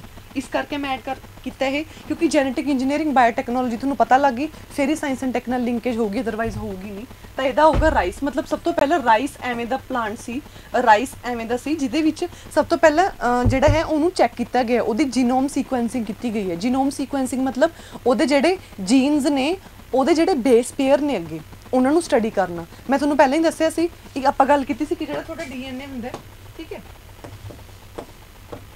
ਥੋੜਾ ਡਿਟੇਲ ਚ ਦੱਸੂਗੀ ਪਰ ਧਿਆਨ ਨਾਲ ਸਮਝਿਓ। ਆ ਡੀਐਨਏ ਆਪਾਂ ਪੜ੍ਹੇ ਹੀ ਹੈ, ਇੱਕ ਤਾਂ ਕੀ ਤੋਂ ਮਿਲ ਕੇ ਬਣੇ ਹੁੰਦੇ, ਸ਼ੂਗਰ ਤੇ ਫਾਸਫੇਟ, ਠੀਕ ਹੈ, ਸ਼ੂਗਰ ਤੇ ਫਾਸਫੇਟ ਇਸ ਤਰੀਕੇ ਨਾਲ ਪਏ ਹੁੰਦੇ ਨੇ ਤੁਹਾਡੇ ਡੀਐਨਏ ਦੇ ਵਿੱਚ ਜਿਹੜੇ ਬੈਕਬੋਨ ਬਣਾਉਣਗੇ, ਠੀਕ ਹੈ। ਸ਼ੂਗਰ ਹੋ ਗਈ, ਡੀਆਕਸੀਰਾਈਬੋਸ, ਇੱਕ ਫਾਸਫੇਟ ਗਰੁੱਪ ਹੋ ਗਿਆ ਤੁਹਾਡੇ ਡੀਐਨਏ ਦੇ ਵਿੱਚ, ਫਾਸਫੇਟ ਗਰੁੱਪ ਵੀ ਲੱਗਿਆ ਹੁੰਦਾ, ਤੁਸੀਂ ਸਾਰਿਆਂ ਨੇ ਪੜ੍ਹਿਆ ਹੋਇਆ ਹੈ, 1000 बार पढ़ाया हुआ आप लोगों को, ठीक। फॉस्फेट हो गया, फिर नाइट्रोजनस बेस पेयर होंदे ने एडेनिन, ग्वानिन, थायमिन, साइटोसिन, 4 होंदे ने बेस पेयर, ठीक है। तो फिर डीएनए ਦਾ ਉਹ ਪਾਰਟ ਜਿਹੜਾ ਪ੍ਰੋਟੀਨ ਬਣਾ ਰਿਹਾ ਹੈ, ਜਿਹੜਾ ਫੰਕਸ਼ਨਲ ਹੈ, ਉਹ ਜੀਨ ਹੋ ਗਿਆ। ਸਪੋਜ਼ ਕਰੋ ਪੂਰੇ ਦਾ ਪੂਰਾ ਡੀਐਨਏ ਦਾ ਫੰਕਸ਼ਨਲ ਹੁੰਦਾ ਨਹੀਂ ਬਈ, ਐਵੇਂ ਨਹੀਂ ਹੈ ਕਿ ਹਾਂ ਸਾਰੇ ਦਾ ਸਾਰਾ ਡੀਐਨਏ ਪੂਰੇ ਦਾ ਪੂਰਾ ਡੀਐਨਏ ਫੰਕਸ਼ਨਲ ਹੋਊਗਾ। ਸਪੋਜ਼ ਆਹ ਵਾਲਾ ਪਾਰਟ ਫੰਕਸ਼ਨਲ ਹੈ ਤਾਂ ਇਹੀ ਪਾਰਟ ਫਿਰ ਜੀਨ ਹੋ ਗਿਆ, ਠੀਕ ਹੈ। ਉਹ ਪਾਰਟ ਜਿਹੜਾ ਪ੍ਰੋਟੀਨ ਬਣਾਊਗਾ ਉਹ ਜੀਨ ਹੋ ਗਿਆ। ਸਪੋਜ਼ ਆ ਪਾਰਟ ਪ੍ਰੋਟੀਨ ਬਣਾ ਹੀ ਨਹੀਂ ਰਿਹਾ ਤਾਂ ਜੀਨ ਨਹੀਂ ਹੈਗਾ, ਇਹ ਫਿਰ ਇਹ ਨੋਨ ਫੰਕਸ਼ਨਲ ਹੈ ਤਾਂ ਉਹਨੂੰ ਜੀਨ ਕਹਿੰਦੇ ਆ। ਤਾਂ ਜੀਨ ਦੇ ਵਿੱਚ ਕੀ ਆ ਗਿਆ, ਇੱਕ ਪੋਰਸ਼ਨ ਹੀ ਹੈ, ਸ਼ੂਗਰ ਇਹਦੇ ਵਿੱਚ ਵੀ ਆ ਗਈ, ਫਾਸਫੇਟ ਵੀ ਆ ਗਿਆ ਤੇ ਨਾਈਟ੍ਰੋਜਨਸ ਬੇਸ ਪੇਅਰ ਵੀ ਆ ਗਏ। ਤੇ ਕਿਤੇ ਟਰਮ ਸੁਣਦੇ ਹੋ ਨਾ ਜੀਨੋਮ ਸੀਕੁਐਂਸਿੰਗ, ਮਤਲਬ ਰਾਈਸ ਦਾ ਜਿਹੜਾ ਜੀਨ ਹੈ ਉਹਦਾ ਬੇਸਿਕਲੀ ਜਿਹੜਾ ਜੈਨੇਟਿਕ ਮਟੀਰੀਅਲ ਹੈ ਉਹਦੇ ਵਿੱਚੋਂ ਜੀਨ ਦੇ ਜਿਹੜੇ ਬੇਸ ਪੇਅਰਸ ਨੇ ਨਾ, ਐਡਨਿਨ, ਗੁਆਨਿਨ ਐਂਡ ਆਲ, ਇਹਨਾਂ ਨੂੰ ਸਟੱਡੀ ਕਰਨਾ, ਠੀਕ ਹੈ। ਰਾਈਸ ਜੈਨੇਟਿਕਸ, ਠੀਕ ਹੈ। ਬਰੀਡਿੰਗ ਵਗੈਰਾ ਦੀ ਪਤਾ ਕਰਨਾ ਵੀ ਹਾਂ ਕਿਹਦੇ ਨਾਲ ਕਰਵਾ ਸਕਦੇ ਹੋ, ਕੋਈ ਨਵੀਂ ਸਪੀਸ਼ੀਜ਼ ਬਣਾ ਸਕਦੇ ਹੋ, ਉਹਦਾ ਮਤਲਬ ਹੁੰਦਾ ਜੀਨੋਮ ਸੀਕੁਐਂਸਿੰਗ। ਆਈ ਹੋਪ ਹੁਣ ਤੁਹਾਨੂੰ ਡਿਟੇਲ 'ਚ ਕਲੀਅਰ ਹੋ ਗਿਆ ਹੋਊਗਾ। ਇੱਕ ਚੀਜ਼ ਤੁਸੀਂ ਹੋਰ ਸੁਣਦੇ ਹੁੰਦੇ ਹੋ ਮਿਊਟੇਸ਼ਨ, ਉਹ ਮਿਊਟੇਸ਼ਨ ਹੁੰਦੀ ਹੈ ਇਹ ਹੀ ਬੇਸ ਪੇਅਰ ਦੇ ਵਿੱਚ ਚੇਂਜ ਆ ਜਾਣਾ, ਇਹਨਾਂ ਦੀ ਅਦਲਾ ਬਦਲੀ ਹੋ ਜਾਣੀ, ਕੋਈ ਬੇਸ ਪੇਅਰ ਡਿਲੀਟ ਹੋ ਗਿਆ, ਖਤਮ ਹੋ ਗਿਆ, ਕੋਈ ਨਵਾਂ ਬੇਸ ਪੇਅਰ ਐਡ ਹੋ ਗਿਆ। ਆ ਜਿਹੜਾ ਕਰੋਨਾ ਦਾ ਸੁਣਦੇ ਰਹਿੰਦੇ ਹੋ ਵੇਰੀਏਸ਼ਨ ਆਣੀ, ਉਹਦਾ ਮਤਲਬ ਇਹੀ ਹੈ ਕਿ ਜਿਹੜਾ ਜੈਨੇਟਿਕ ਮਟੀਰੀਅਲ ਦੇ ਵਿੱਚ ਡੀਐਨਏ ਹੈ ਉਹਦੇ ਜਿਹੜੇ ਆ ਬੇਸ ਪੇਅਰਸ ਦੀ ਗੱਲ ਕੀਤੀ ਹੈ ਉਹਦੇ ਵਿੱਚ ਕੀ ਹੈ, वेरिएशन आई है, मतलब म्यूटेशन आई है, कोई मॉडिफिकेशन हुई है, ठीक है। एक ਇਹਦੇ ਵਿੱਚ ਇੱਕ ਹੋਰ ਇੱਕ ਹਿਊਮਨ ਜੀਨੋਮ ਪ੍ਰੋਜੈਕਟ ਆਇਆ ਸੀ, ਚਲੋ ਮੈਂ ਤੁਹਾਨੂੰ ਥੋੜਾ ਕਰੰਟ ਨਾਲ ਵੀ ਲਿੰਕੇਜ ਇੱਕ ਵਾਰ ਤੁਹਾਡੀ ਰਿਵੀਜ਼ਨ ਵੀ ਹੋ ਜੂਗੀ। ਹਿਊਮਨ ਜੀਨੋਮ ਪ੍ਰੋਜੈਕਟ ਆਇਆ ਸੀ ਹੁਣੀ, I think 2024 I think Jain ਜਾਂ ਫੈਬ ਦੇ ਅਰਾਊਂਡ ਇਹਦੀ ਨਿਊਜ਼ ਆਈ ਸੀ ਕਿ ਜਿਹੜਾ ਹੈ ਡਿਪਾਰਟਮੈਂਟ ਆਫ ਬਾਇਓਟੈਕਨੋਲੋਜੀ ਨੇ ਇਨੀਸ਼ੀਏਟਿਵ ਲਿਆ।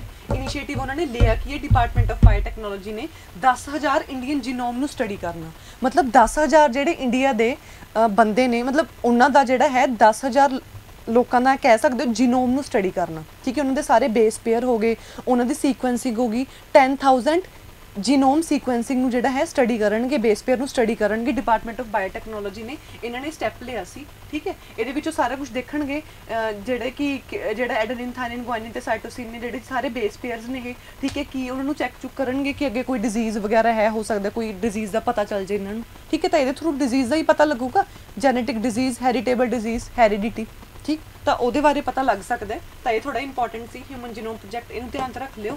ਹੁਣ ਇੱਕ ਚੀਜ਼ ਮੈਂ ਸ਼ਾਰਟ 'ਚ ਦੱਸਣਾ ਚਾਹੂੰਗੀ ਤੁਹਾਨੂੰ, ਵੇਟ ਅ ਮਿੰਟ,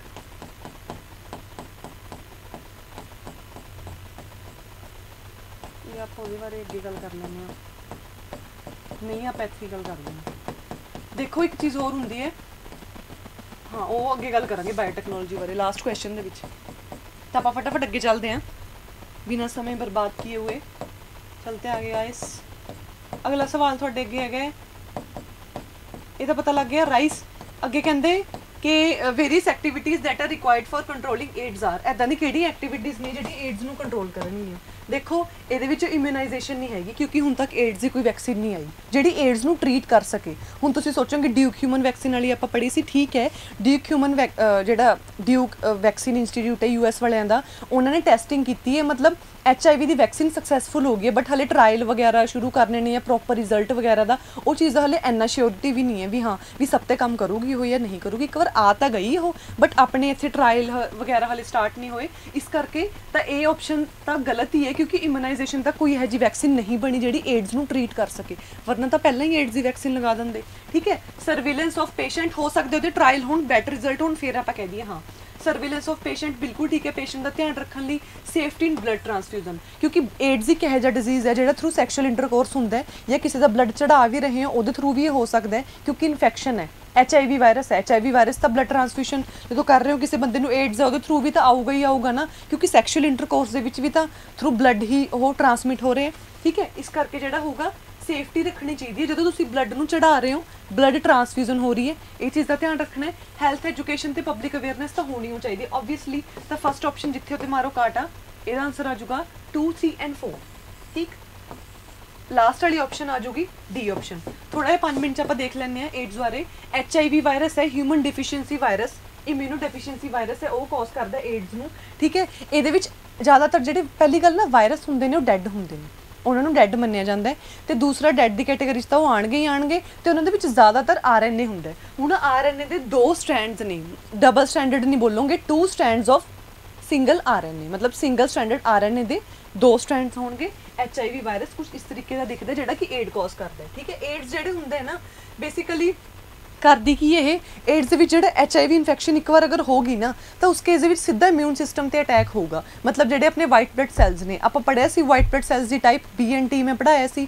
ਜਿਹੜੇ B ਤੇ T ਸੈਲਸ ਹੁੰਦੇ ਨੇ ਉਹਦੇ ਵਿੱਚੋਂ T ਸੈਲਸ ਪਾਰਟਿਕੂਲਰਲੀ ਜਿਹੜੇ ਹੈਲਪਰ ਸੈਲਸ ਨੇ ਉਹ ਤੇ ਅਟੈਕ ਕਰਦੀ ਹੈ, ਉਹ ਤੇ ਅਟੈਕ ਕਰੂਗਾ ਤਾਂ ਫਿਰ ਆਪਣੀ ਬੋਡੀ ਬਿਲਕੁਲ ਵੀਕ ਹੋ ਜਾਂਦੀ ਹੈ, ਠੀਕ ਹੈ। ਕਈ ਵਾਰ ਤਾਂ ਏਡਸ ਦੇ ਕੇਸਿਸ ਦੇ ਵਿੱਚ ਵਾਈਟ ਬਲੱਡ ਸੈਲਸ ਘਟਣੇ ਵੀ ਸ਼ੁਰੂ ਹੋ ਜਾਂਦੇ ਨੇ, ਕਿਉਂਕਿ T ਸੈਲਸ ਨੂੰ ਖਤਮ ਕਰਦੀ ਰਹਿੰਦੀ ਹੈ, ਤਾਂ ਫਿਰ ਵਾਈਟ ਬਲੱਡ ਸੈਲਸ ਦੀ ਅਮਾਊਂਟ ਘਟਦੀ ਜਾਂਦੀ ਹੈ। ਹੋਰ ਇਨਫੈਕਸ਼ਨ ਬਹੁਤ ਜਲਦੀ ਕੈਰੀ ਕਰਦਾ ਪਰਸਨ ਜਦੋਂ ਏਡਸ ਹੋ ਜੇ, ਕਿਉਂਕਿ ਇਮਿਊਨ ਸਿਸਟਮ ਹੀ ਖਤਮ, ਉੱਥੇ ਹੀ ਕੰਮ ਖਤਮ ਹੈ ਤੁਹਾਡਾ, ਇਮਿਊਨ ਸਿਸਟਮ ਹੀ ਬੋਡੀ ਵੀਕ ਹੈ, ਫਿਰ ਸਾਰੀ ਬਿਮਾਰੀ ਹੋਰ ਵੀ ਇੱਧਰ ਉੱਧਰ ਦੀਆਂ ਸਾਰੀਆਂ ਹੋ ਜਾਂਦੀਆਂ ਨੇ, ਠੀਕ। ਮਤਲਬ ਜ਼ਿਆਦਾਤਰ ਇਨਫੈਕਸ਼ਨ ਬਹੁਤ ਜਲਦੀ ਕੈਚ ਕਰਦੀ ਹੈ ਤੁਹਾਡੀ ਬੋਡੀ, ਠੀਕ ਹੈ। ਹੈਵਿੰਗ ਅਨਪ੍ਰੋਟੈਕਟਡ ਸੈਕਸ ਵਿਦਾਊਟ ਮਤਲਬ ਜਿਹੜਾ ਹੈ ਪ੍ਰੋਟੈਕਸ਼ਨ ਅਗਰ ਹੋ ਰਹੀ ਹੈ ਸੈਕਸ਼ੂਅਲ ਐਕਟੀਵਿਟੀ, ਤਾਂ ਉਸ ਕੇਸ ਦੇ ਵਿੱਚ ਹੋ ਸਕਦਾ ਚਾਂਸਸ HIV ਦੇ ਜ਼ਿਆਦਾ ਨੇ। ਨੀਡਲ ਵਗੈਰਾ, ਸਟ੍ਰਿੰਜਸ ਵਗੈਰਾ, ਨੀਡਲ ਉਹੀ ਚੀਜ਼ ਬਲੱਡ ਚੜਾ ਰਹੇ ਹੋ ਉਹਦੇ ਥਰੂ ਵੀ ਏਡਸ ਹੋ ਸਕਦੀ ਹੈ, ਤਾਂ ਉਹ ਚੀਜ਼ ਦਾ ਧਿਆਨ ਰੱਖਣਾ, ਆਪਾਂ ਗੱਲ ਵੀ ਕੀਤੀ ਸੀ, ਠੀਕ ਹੈ। ਤੇ ਹੋਰ ਬਲੱਡ ਟ੍ਰਾਂਸਫਿਊਜ਼ਨ ਹੋ ਗਿਆ, ਜਾਂ ਫਿਰ ਕਈ ਵਾਰ ਕੱਟ ਵਗੈਰਾ ਲੱਗ ਜਾਂਦੇ ਨੇ, ਉਹਦੀ ਗੱਲ ਹੋ ਰਹੀ ਹੈ। HIV ਪਾਸ ਹੋ ਸਕਦਾ ਡਿਊਰਿੰਗ ਪ੍ਰੈਗਨੈਂਸੀ, ਲੇਡੀ ਤੋਂ ਬਲੱਡ ਦਾ ਹੀ, ਮਤਲਬ ਲੇਡੀ ਦੇ ਵਿੱਚ ਜਿਹੜਾ ਯੂਟਰਸ ਹੈ ਉਹਦੇ ਵਿੱਚ ਬੇਬੀ ਓਬਵੀਅਸਲੀ ਬਲੱਡ ਮਦਰ ਦਾ ਵੀ ਜਾ ਹੀ ਰਿਹਾ ਉਹਨੂੰ, ਬੇਬੀ ਨੂੰ, ਠੀਕ ਹੈ। ਤਾਂ ਫਿਰ HIV ਬੇਬੀ ਨੂੰ ਵੀ ਹੋ ਸਕਦਾ, ਠੀਕ।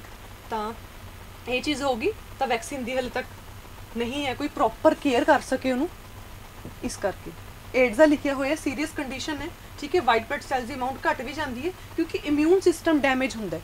ਇਮਿਊਨ ਸਿਸਟਮ ਜਿਹੜਾ ਤੁਹਾਡੀ ਬੋਡੀ ਨੂੰ ਪ੍ਰੋਟੈਕਸ਼ਨ ਪ੍ਰੋਵਾਈਡ ਕਰਦਾ ਹੈ, ਇਮਿਊਨ ਸਿਸਟਮ ਦੇ ਵਿੱਚ ਮੇਨ ਤੁਹਾਡੇ WBCs ਆ ਜਾਂਦੇ ਨੇ, ਵਾਈਟ ਬਲੱਡ ਸੈਲਸ, ਠੀਕ। Next question, light coloured cloth are preferred in summer because, ਇੱਕ ਇਹ ਕੁਐਸਚਨ ਪੁੱਛਿਆ ਹੋਇਆ ਸੀ, ਹੈਗਾ ਤਾਂ ਸਿੰਪਲ ਕੁਐਸਚਨ ਹੈ ਬਟ ਬੜਾ ਨਾ ਲੌਜਿਕ ਜੇ, ਮਤਲਬ ਲੌਜਿਕ ਵਾਲੇ ਪੁੱਛਦੇ ਨੇ। ਜਿਹੜੇ ਲਾਈਟ ਕਲਰਡ ਕਲੋਥਸ ਨੇ ਉਹ ਕਿਉਂ ਪਾਉਂਦੇ ਹੋ ਤੁਸੀਂ ਸਮਰ ਦੇ ਵਿੱਚ, ਗਰਮੀਆਂ ਦੇ ਵਿੱਚ ਕਿਉਂ ਪਾਉਂਦੇ ਹੋ? ਜਿਹੜਾ ਬਲੈਕ ਹੁੰਦਾ ਉਹ ਤਾਂ ਗੁੱਡ ਐਬਜ਼ੌਰਬਰ ਹੁੰਦਾ ਨਾ ਹੀਟ ਦਾ, ਹੀਟ ਨੂੰ ਵਧੀਆ ਐਬਜ਼ੌਰਬ ਕਰਦਾ, ਬਟ ਜਿਹੜੇ ਲਾਈਟ ਕਲਰ ਨੇ ਉਹਨੂੰ ਵਧੀਆ ਰੇਡੀਏਟ ਕਰਦੇ ਨੇ। ਰੇਡੀਏਟ ਮਤਲਬ ਹੀਟ એનર્ਜੀ ਨੂੰ ਐਮਿਟ ਕਰਦੇ ਨੇ, ਜਦੋਂ ਹੀਟ ਰੇਡੀਏਸ਼ਨਸ ਉੱਤੇ ਪੈਣਗੀਆਂ ਲਾਈਟ ਕੱਪੜੇ ਤੇ ਉਹਨੂੰ ਐਮਿਟ ਕਰ ਦੂਗੀ, ਠੀਕ ਹੈ। ਇਸ ਕਰਕੇ light colour are good radiator, ਠੀਕ ਹੈ। ਐਦਾਂ ਥੋੜੀ ਹੈ ਕਿ ਪੂਅਰ ਐਬਜ਼ੌਰਬਰ ਨੇ, ਐਬਜ਼ੌਰਬਰ ਤਾਂ ਬਲੈਕ ਕਲਰ ਹੁੰਦਾ, ਡਾਰਕ ਕਲਰਸ ਹੁੰਦੇ ਨੇ। ਸੋਕ ਸਵੈਟ ਫਾਸਟਰ, ਐਦਾਂ ਤਾਂ ਕੁਛ ਨਹੀਂ ਕਿ ਪਸੀਨਾ ਜਾਂ ਫਿਰ ਸਵੈਟ ਨੂੰ ਬਹੁਤ ਜਲਦੀ ਸੋਕ ਕਰ ਲੈਂਦੇ ਨੇ, ਇਹ ਵੀ ਨਹੀਂ ਤੁਸੀਂ ਕਦੇ ਸੁਣਿਆ। They allow body heat to escape faster, ਵੀ ਬਹੁਤ ਜਲਦੀ ਹੀਟ ਐਸਕੇਪ ਹੁੰਦੀ ਹੈ, ਬਹੁਤ ਜਲਦੀ ਹੀਟ, ਇਹ ਗੱਲ ਗਲਤ ਹੈ। ਮੇਨ ਰੀਜ਼ਨ ਹੋਊਗਾ ਕਿ ਲਾਈਟ ਕਲਰ ਦੇ ਕੱਪੜੇ ਨੇ ਵਧੀਆ ਰੇਡੀਏਟਰ ਹੁੰਦੇ ਨੇ, ਐਮਿਟ ਕਰਦੇ ਨੇ ਲਾਈਟ ਨੂੰ, ਇਸ ਵਜ੍ਹਾ ਦੇ ਨਾਲ ਜਿਹੜੇ ਹੈ ਸਮਰ ਦੇ ਵਿੱਚ ਆਪਾਂ ਜ਼ਿਆਦਾ ਉਹਨੂੰ ਪ੍ਰੈਫਰ ਕਰਦੇ ਹਾਂ, ਠੀਕ ਹੈ। ਨੈਕਸਟ ਕੁਐਸਚਨ ਕਹਿੰਦੇ childrens who receive very little sunshine suffer from, देखो इन्होंने गेम खेली है यहाँ पे, सीधा भी पूछ सकते सी, रिकेट्स आंसर है ਇਹਦਾ, ਇਹ सीधा भी पूछ सकते सी। ਹੁਣ ਦੇਖੋ ਵਿਟਾਮਿਨ ਡੀ ਆਪਾਂ ਨੂੰ ਧੁੱਪ ਤੋਂ ਮਿਲਦਾ ਹੈ, ਓਬਵੀਅਸਲੀ सन ਤੋਂ, ਸਨਸ਼ਾਈਨ ਤੋਂ, सन ਤੋਂ ਮਿਲਦੀ ਹੈ। ਤਾਂ ਵਿਟਾਮਿਨ ਡੀ ਦੀ ਅਗਰ ਕਮੀ ਹੋ ਜਾਂਦੀ ਹੈ, ਪ੍ਰੋਪਰ ਆਪਾਂ ਹੋ ਸਕਦਾ ਸਨਸ਼ਾਈਨ, ਸਨ ਦੀਆਂ ਰੇਜ਼ ਨੇ ਉਹਦੇ ਵਿੱਚ ਆਪਾਂ ਨਹੀਂ ਪ੍ਰੋਪਰ ਲੈ ਰਹੇ ਹੈ ਨਾ, ਤਾਂ ਫਿਰ ਵਿਟਾਮਿਨ ਡੀ ਦੀ ਡੈਫੀਸ਼ੀਐਂਸੀ ਹੋ ਜੂਗੀ, ਠੀਕ। ਉਹਦੀ ਡੈਫੀਸ਼ੀਐਂਸੀ ਹੋਣ ਦੇ ਨਾਲ ਕੀ ਹੋ ਜਾਂਦਾ, ਰਿਕੇਟਸ ਹੁੰਦੇ ਨੇ, ਠੀਕ ਹੈ। ਤਾਂ ਫਿਰ ਇਹਨਾਂ ਨੇ ਉਹਨੂੰ ਘੁਮਾ ਕੇ ਪਾਤਾ ਕਿ ਅਗਰ ਪਰਸਨ ਨੂੰ ਬਹੁਤ ਘੱਟ ਸਨਸ਼ਾਈਨ ਮਿਲ ਰਹੀ ਹੈ ਤਾਂ ਉਹ ਕਿਹੜੀ ਚੀਜ਼ ਤੋਂ ਸਫਰ ਹੋ ਰਿਹਾ, ਮਤਲਬ ਅਗਰ ਘੱਟ ਸਨਸ਼ਾਈਨ ਹੈ ਤਾਂ ਇਹਦਾ ਮਤਲਬ ਵਿਟਾਮਿਨ ਡੀ ਨਹੀਂ ਬਣ ਰਿਹਾ। ਜਦੋਂ ਤੁਸੀਂ ਸੂਰਜ ਦੀਆਂ ਰੇਜ਼, ਸਨ ਰੇਜ਼ ਲੈਂਦੇ ਹੋ ਤਾਂ ਉੱਥੋਂ ਵਿਟਾਮਿਨ ਡੀ ਬਣਦਾ ਤੁਹਾਡੀ ਬੋਡੀ ਦੇ ਵਿੱਚ, ਅਗਰ ਉਹ ਘੱਟ ਨੇ ਤਾਂ ਵਿਟਾਮਿਨ ਡੀ ਵੀ ਘੱਟ ਬਣੂਗਾ। ਤਾਂ ਇਸ ਕਰਕੇ ਕੀ ਹੋਊਗਾ, ਜਿਹੜੀ ਸਨਸ਼ਾਈਨ ਹੈ ਘੱਟ ਹੈ ਤਾਂ ਰਿਕੇਟਸ ਵਾਲਾ ਆ ਗਿਆ। ਆ ਦੇਖੋ ਵਿਟਾਮਿਨ ਸਾਰੇ ਲਿਖੇ ਹੋਏ ਨੇ ਇਹਦੇ ਵਿੱਚ। ਵਿਟਾਮਿਨ ਏ ਦੀ ਕਮੀ ਦੇ ਨਾਲ ਕੀ ਹੁੰਦਾ, ਨਾਈਟ ਬਲਾਈਂਡਨੈਸ, ਇਹ ਰਿਵਾਈਜ਼ ਕਰਵਾ ਦਿੰਦੀ ਹਾਂ। ਨਾਈਟ ਬਲਾਈਂਡਨੈਸ ਦੇ ਵਿੱਚ ਹੁੰਦਾ रात ਨੂੰ ਨਾ दिखना, आई थिंक अंधराता भी बोलते हैं, night blindness, loss of night vision, रात को नहीं दिखता भाई, वो हो गया विटामिन ए की कमी के नाल, ठीक। ਵਿਟਾਮਿਨ ਬੀ ਦੇ ਨਾਲ ਹੁੰਦਾ ਬੈਰੀ ਬੈਰੀ। ਇਹ ਆਪਾਂ ਦੇਖਦੇ ਹਾਂ ਬੈਰੀ ਬੈਰੀ ਦੇ ਵਿੱਚ ਪੂਰੇ ਮਸਲਸ ਵੀਕ ਹੋ ਜਾਂਦੇ ਨੇ, ਰੈਸ਼ਸ ਟਾਈਪ ਹੋ ਜਾਂਦੇ ਨੇ ਤੁਹਾਡੀ ਬਾਡੀ ਦੇ ਵਿੱਚ, ਉਹ ਚੀਜ਼ ਹੁੰਦੀ ਹੈ ਬੈਰੀ ਬੈਰੀ। ਠੀਕ ਹੈ, ਆ ਦੇਖੋ ਬੈਰੀ ਬੈਰੀ ਡਿਜ਼ੀਜ਼, ਹੱਥ ਤੇ ਪੂਰੇ ਰੈਸ਼ਸ ਹੋ ਜਾਣਗੇ, ਪੂਰੀ ਬਾਡੀ ਦੇ ਮਸਲਸ ਵੀਕ ਹੋ ਜਾਣਗੇ, ਉਹ ਹੁੰਦੀ ਹੈ ਬੈਰੀ ਬੈਰੀ। ਵਿਟਾਮਿਨ ਸੀ ਹੁੰਦੀ ਹੈ ਸਕਰਵੀ। ਅਗਰ ਵਿਟਾਮਿਨ ਸੀ ਦੀ ਡੈਫੀਸ਼ੀਐਂਸੀ ਹੋਗੀ ਤਾਂ ਸਕਰਵੀ ਹੋਊਗਾ। ਜਿਹੜੇ ਗਮਸ ਨੇ ਨਾ, ਮਸੂੜੇ ਵੀ ਬੋਲਦੇ, ਇਹ ਇਹਨਾਂ ਦੇ ਵਿੱਚੋਂ ਨਾ ਬਲੀਡਿੰਗ ਆਉਣ ਲੱਗ ਜਾਂਦੀ ਹੈ। ਠੀਕ ਹੈ, ਬਲੱਡ ਆਊਗਾ ਤੇ ਸਵੈਲਿੰਗ ਹੋ ਜੂਗੀ ਇਹਦੀ। ਤਾਂ ਇਹ ਹੋ ਗਿਆ ਵਿਟਾਮਿਨ ਸੀ ਦੀ ਡੈਫੀਸ਼ੀਐਂਸੀ ਨਾਲ। ਇਹਦੀ ਰਿਵੀਜ਼ਨ ਵੀ ਹੋ ਜੂਗੀ ਤੁਹਾਡੀ। ਵਿਟਾਮਿਨ ਡੀ ਦੀ ਕਮੀ ਦੇ ਨਾਲ ਕੀ ਹੁੰਦੇ ਨੇ, ਰਿਕੇਟਸ, ਮਤਲਬ ਆਪਣੀ ਬੋਨਸ ਵੀਕ ਹੋ ਜਾਂਦੀਆਂ ਨੇ। ਦੇਖੋ ਨਾਰਮਲ ਬੋਨਸ ਨੇ, ਸਟ੍ਰੇਟ ਨੇ ਸ਼ੇਪ ਦੇ ਵਿੱਚ, ਇਹਦੇ ਵਿੱਚ ਕੀ ਹੋ ਜਾਣਗੇ, ਥੋੜੀ ਉਹਨਾਂ ਦੀ ਪੋਜੀਸ਼ਨ ਐਦਾਂ ਹੋ ਜੂਗੀ, ਟੇਢੀ ਹੋ ਜਾਏਗੀ ਬੋਨਸ, ਕਿਉਂਕਿ ਕੈਲਸ਼ੀਅਮ ਦੀ, ਉਹਦੇ ਵਿਟਾਮਿਨ ਡੀ ਦੀ ਡੈਫੀਸ਼ੀਐਂਸੀ ਦੇ ਨਾਲ ਇਹ। ਠੀਕ ਹੈ, ਬੋਨ ਕਿਤੋਂ ਮਿਲ ਕੇ ਬਣੀ ਹੁੰਦੀਆਂ ਨੇ, ਕੈਲਸ਼ੀਅਮ। ਠੀਕ, ਤਾਂ ਇਹ ਰਿਕੇਟਸ ਵਾਲਾ ਕੇਸ ਹੋ ਜਾਊਗਾ। ਤਾਂ ਸਨਸ਼ਾਈਨ ਵਾਲਾ ਇਹਨਾਂ ਨੇ ਘੁਮਾ ਕੇ ਪਾਤਾ, ਆਂਸਰ ਰਿਕੇਟਸ ਆਊਗਾ। Vitamin K, obviously vitamin K ਆਪਾਂ ਪਲੇਟਲੈਟ ਵੀ ਪੜ੍ਹਿਆ ਸੀ, ਪਲੇਟਲੈਟਸ ਬਾਰੇ ਕੀ ਪੜ੍ਹਿਆ ਸੀ ਆਪਾਂ, ਵੀ ਜਿਹੜੇ ਬਲੱਡ ਕਲੌਟਿੰਗ 'ਚ ਹੈਲਪ ਕਰਦੇ ਨੇ। ਵਿਟਾਮਿਨ ਕੇ ਬਹੁਤ ਜ਼ਰੂਰੀ ਹੈ ਬਲੱਡ ਦੀ ਕਲੌਟਿੰਗ ਲਈ। ਅਗਰ ਵਿਟਾਮਿਨ ਕੇ ਨਹੀਂ ਹੋਊਗਾ, ਇਹਦੀ ਕਮੀ ਹੋਊਗੀ, ਫਿਰ ਬਲੱਡ ਕਲੌਟ ਨਹੀਂ ਹੋਊਗਾ। ਪੜ੍ਹਦੇ ਹਾਂ ਨਾ ਆਪਾਂ ਹੀਮੋਫੀਲੀਆ ਪੜ੍ਹਾਇਆ ਸੀ ਕਿ ਕਿਤੇ ਵੀ ਕੱਟ ਲੱਗਿਆ ਬਲੀਡਿੰਗ ਬਹੁਤ ਜ਼ਿਆਦਾ ਹੋਊਗੀ। ਠੀਕ ਹੈ, ਤੇ ਜਿਹੜਾ ਬਲੱਡ ਨਹੀਂ ਰੁਕੂਗਾ ਉਹ, ਤਾਂ ਉਹ ਕੇਸ ਹੋ ਜਾਊਗਾ ਬੈਰੀ ਬੈਰੀ, ਸਕਰवी, रिकेट्स। अगला क्वेश्चन है लाफिंग गैस इज, ये देखो आपके सामने आंटी हंस रही है, सॉरी आंटी नहीं दीदी मारेगी ये, आंटी बोल दी है, नॉट आंटी, दीदी लग आंटी ही रही हैं, आंटी हंस रही हैं, कुछ भी बोल लो। ठीक है, लाफिंग गैस इज, इतने खतरनाक तरीके से हंसी हैं, तो बताओ आंसर इसका। लाफिंग गैस इज की आंसर आऊगा, ਇਹਦਾ ਕੀ ਹੋਣਾ ਚਾਹੀਦਾ, ਮਤਲਬ ਇੱਦਾਂ ਦੀ ਕਿਹੜੀ ਗੈਸ ਹੈ, ਨਾਈਟ੍ਰੋਜਨ ਦੀ ਆਕਸਾਈਡ ਹੀ ਹੈ, ਜਿਹਨੂੰ ਅਗਰ ਸਪੋਜ਼ ਦੈਟ ਇਨਹੇਲ ਕਰਨ ਦੇ ਨਾਲ ਇਹ ਹਾਲ ਹੁੰਦਾ ਹੈ, ਉਹਦਾ ਆਂਸਰ ਆਊਗਾ N2O, ਨਾਈਟਰਸ ਆਕਸਾਈਡ। ਠੀਕ, ਨਾਈਟਰਸ ਆਕਸਾਈਡ ਨਾइट्रोजन ਦੀ ਹੀ ਆਕਸਾਈਡ ਹੈ। ठीक है, उनकी आप बोलते हैं लाफिंग गैस। बंदा पागलों की तरह हंसता है, जैसे ये आंटी हंस रही हैं। ठीक, आगे चलते हैं।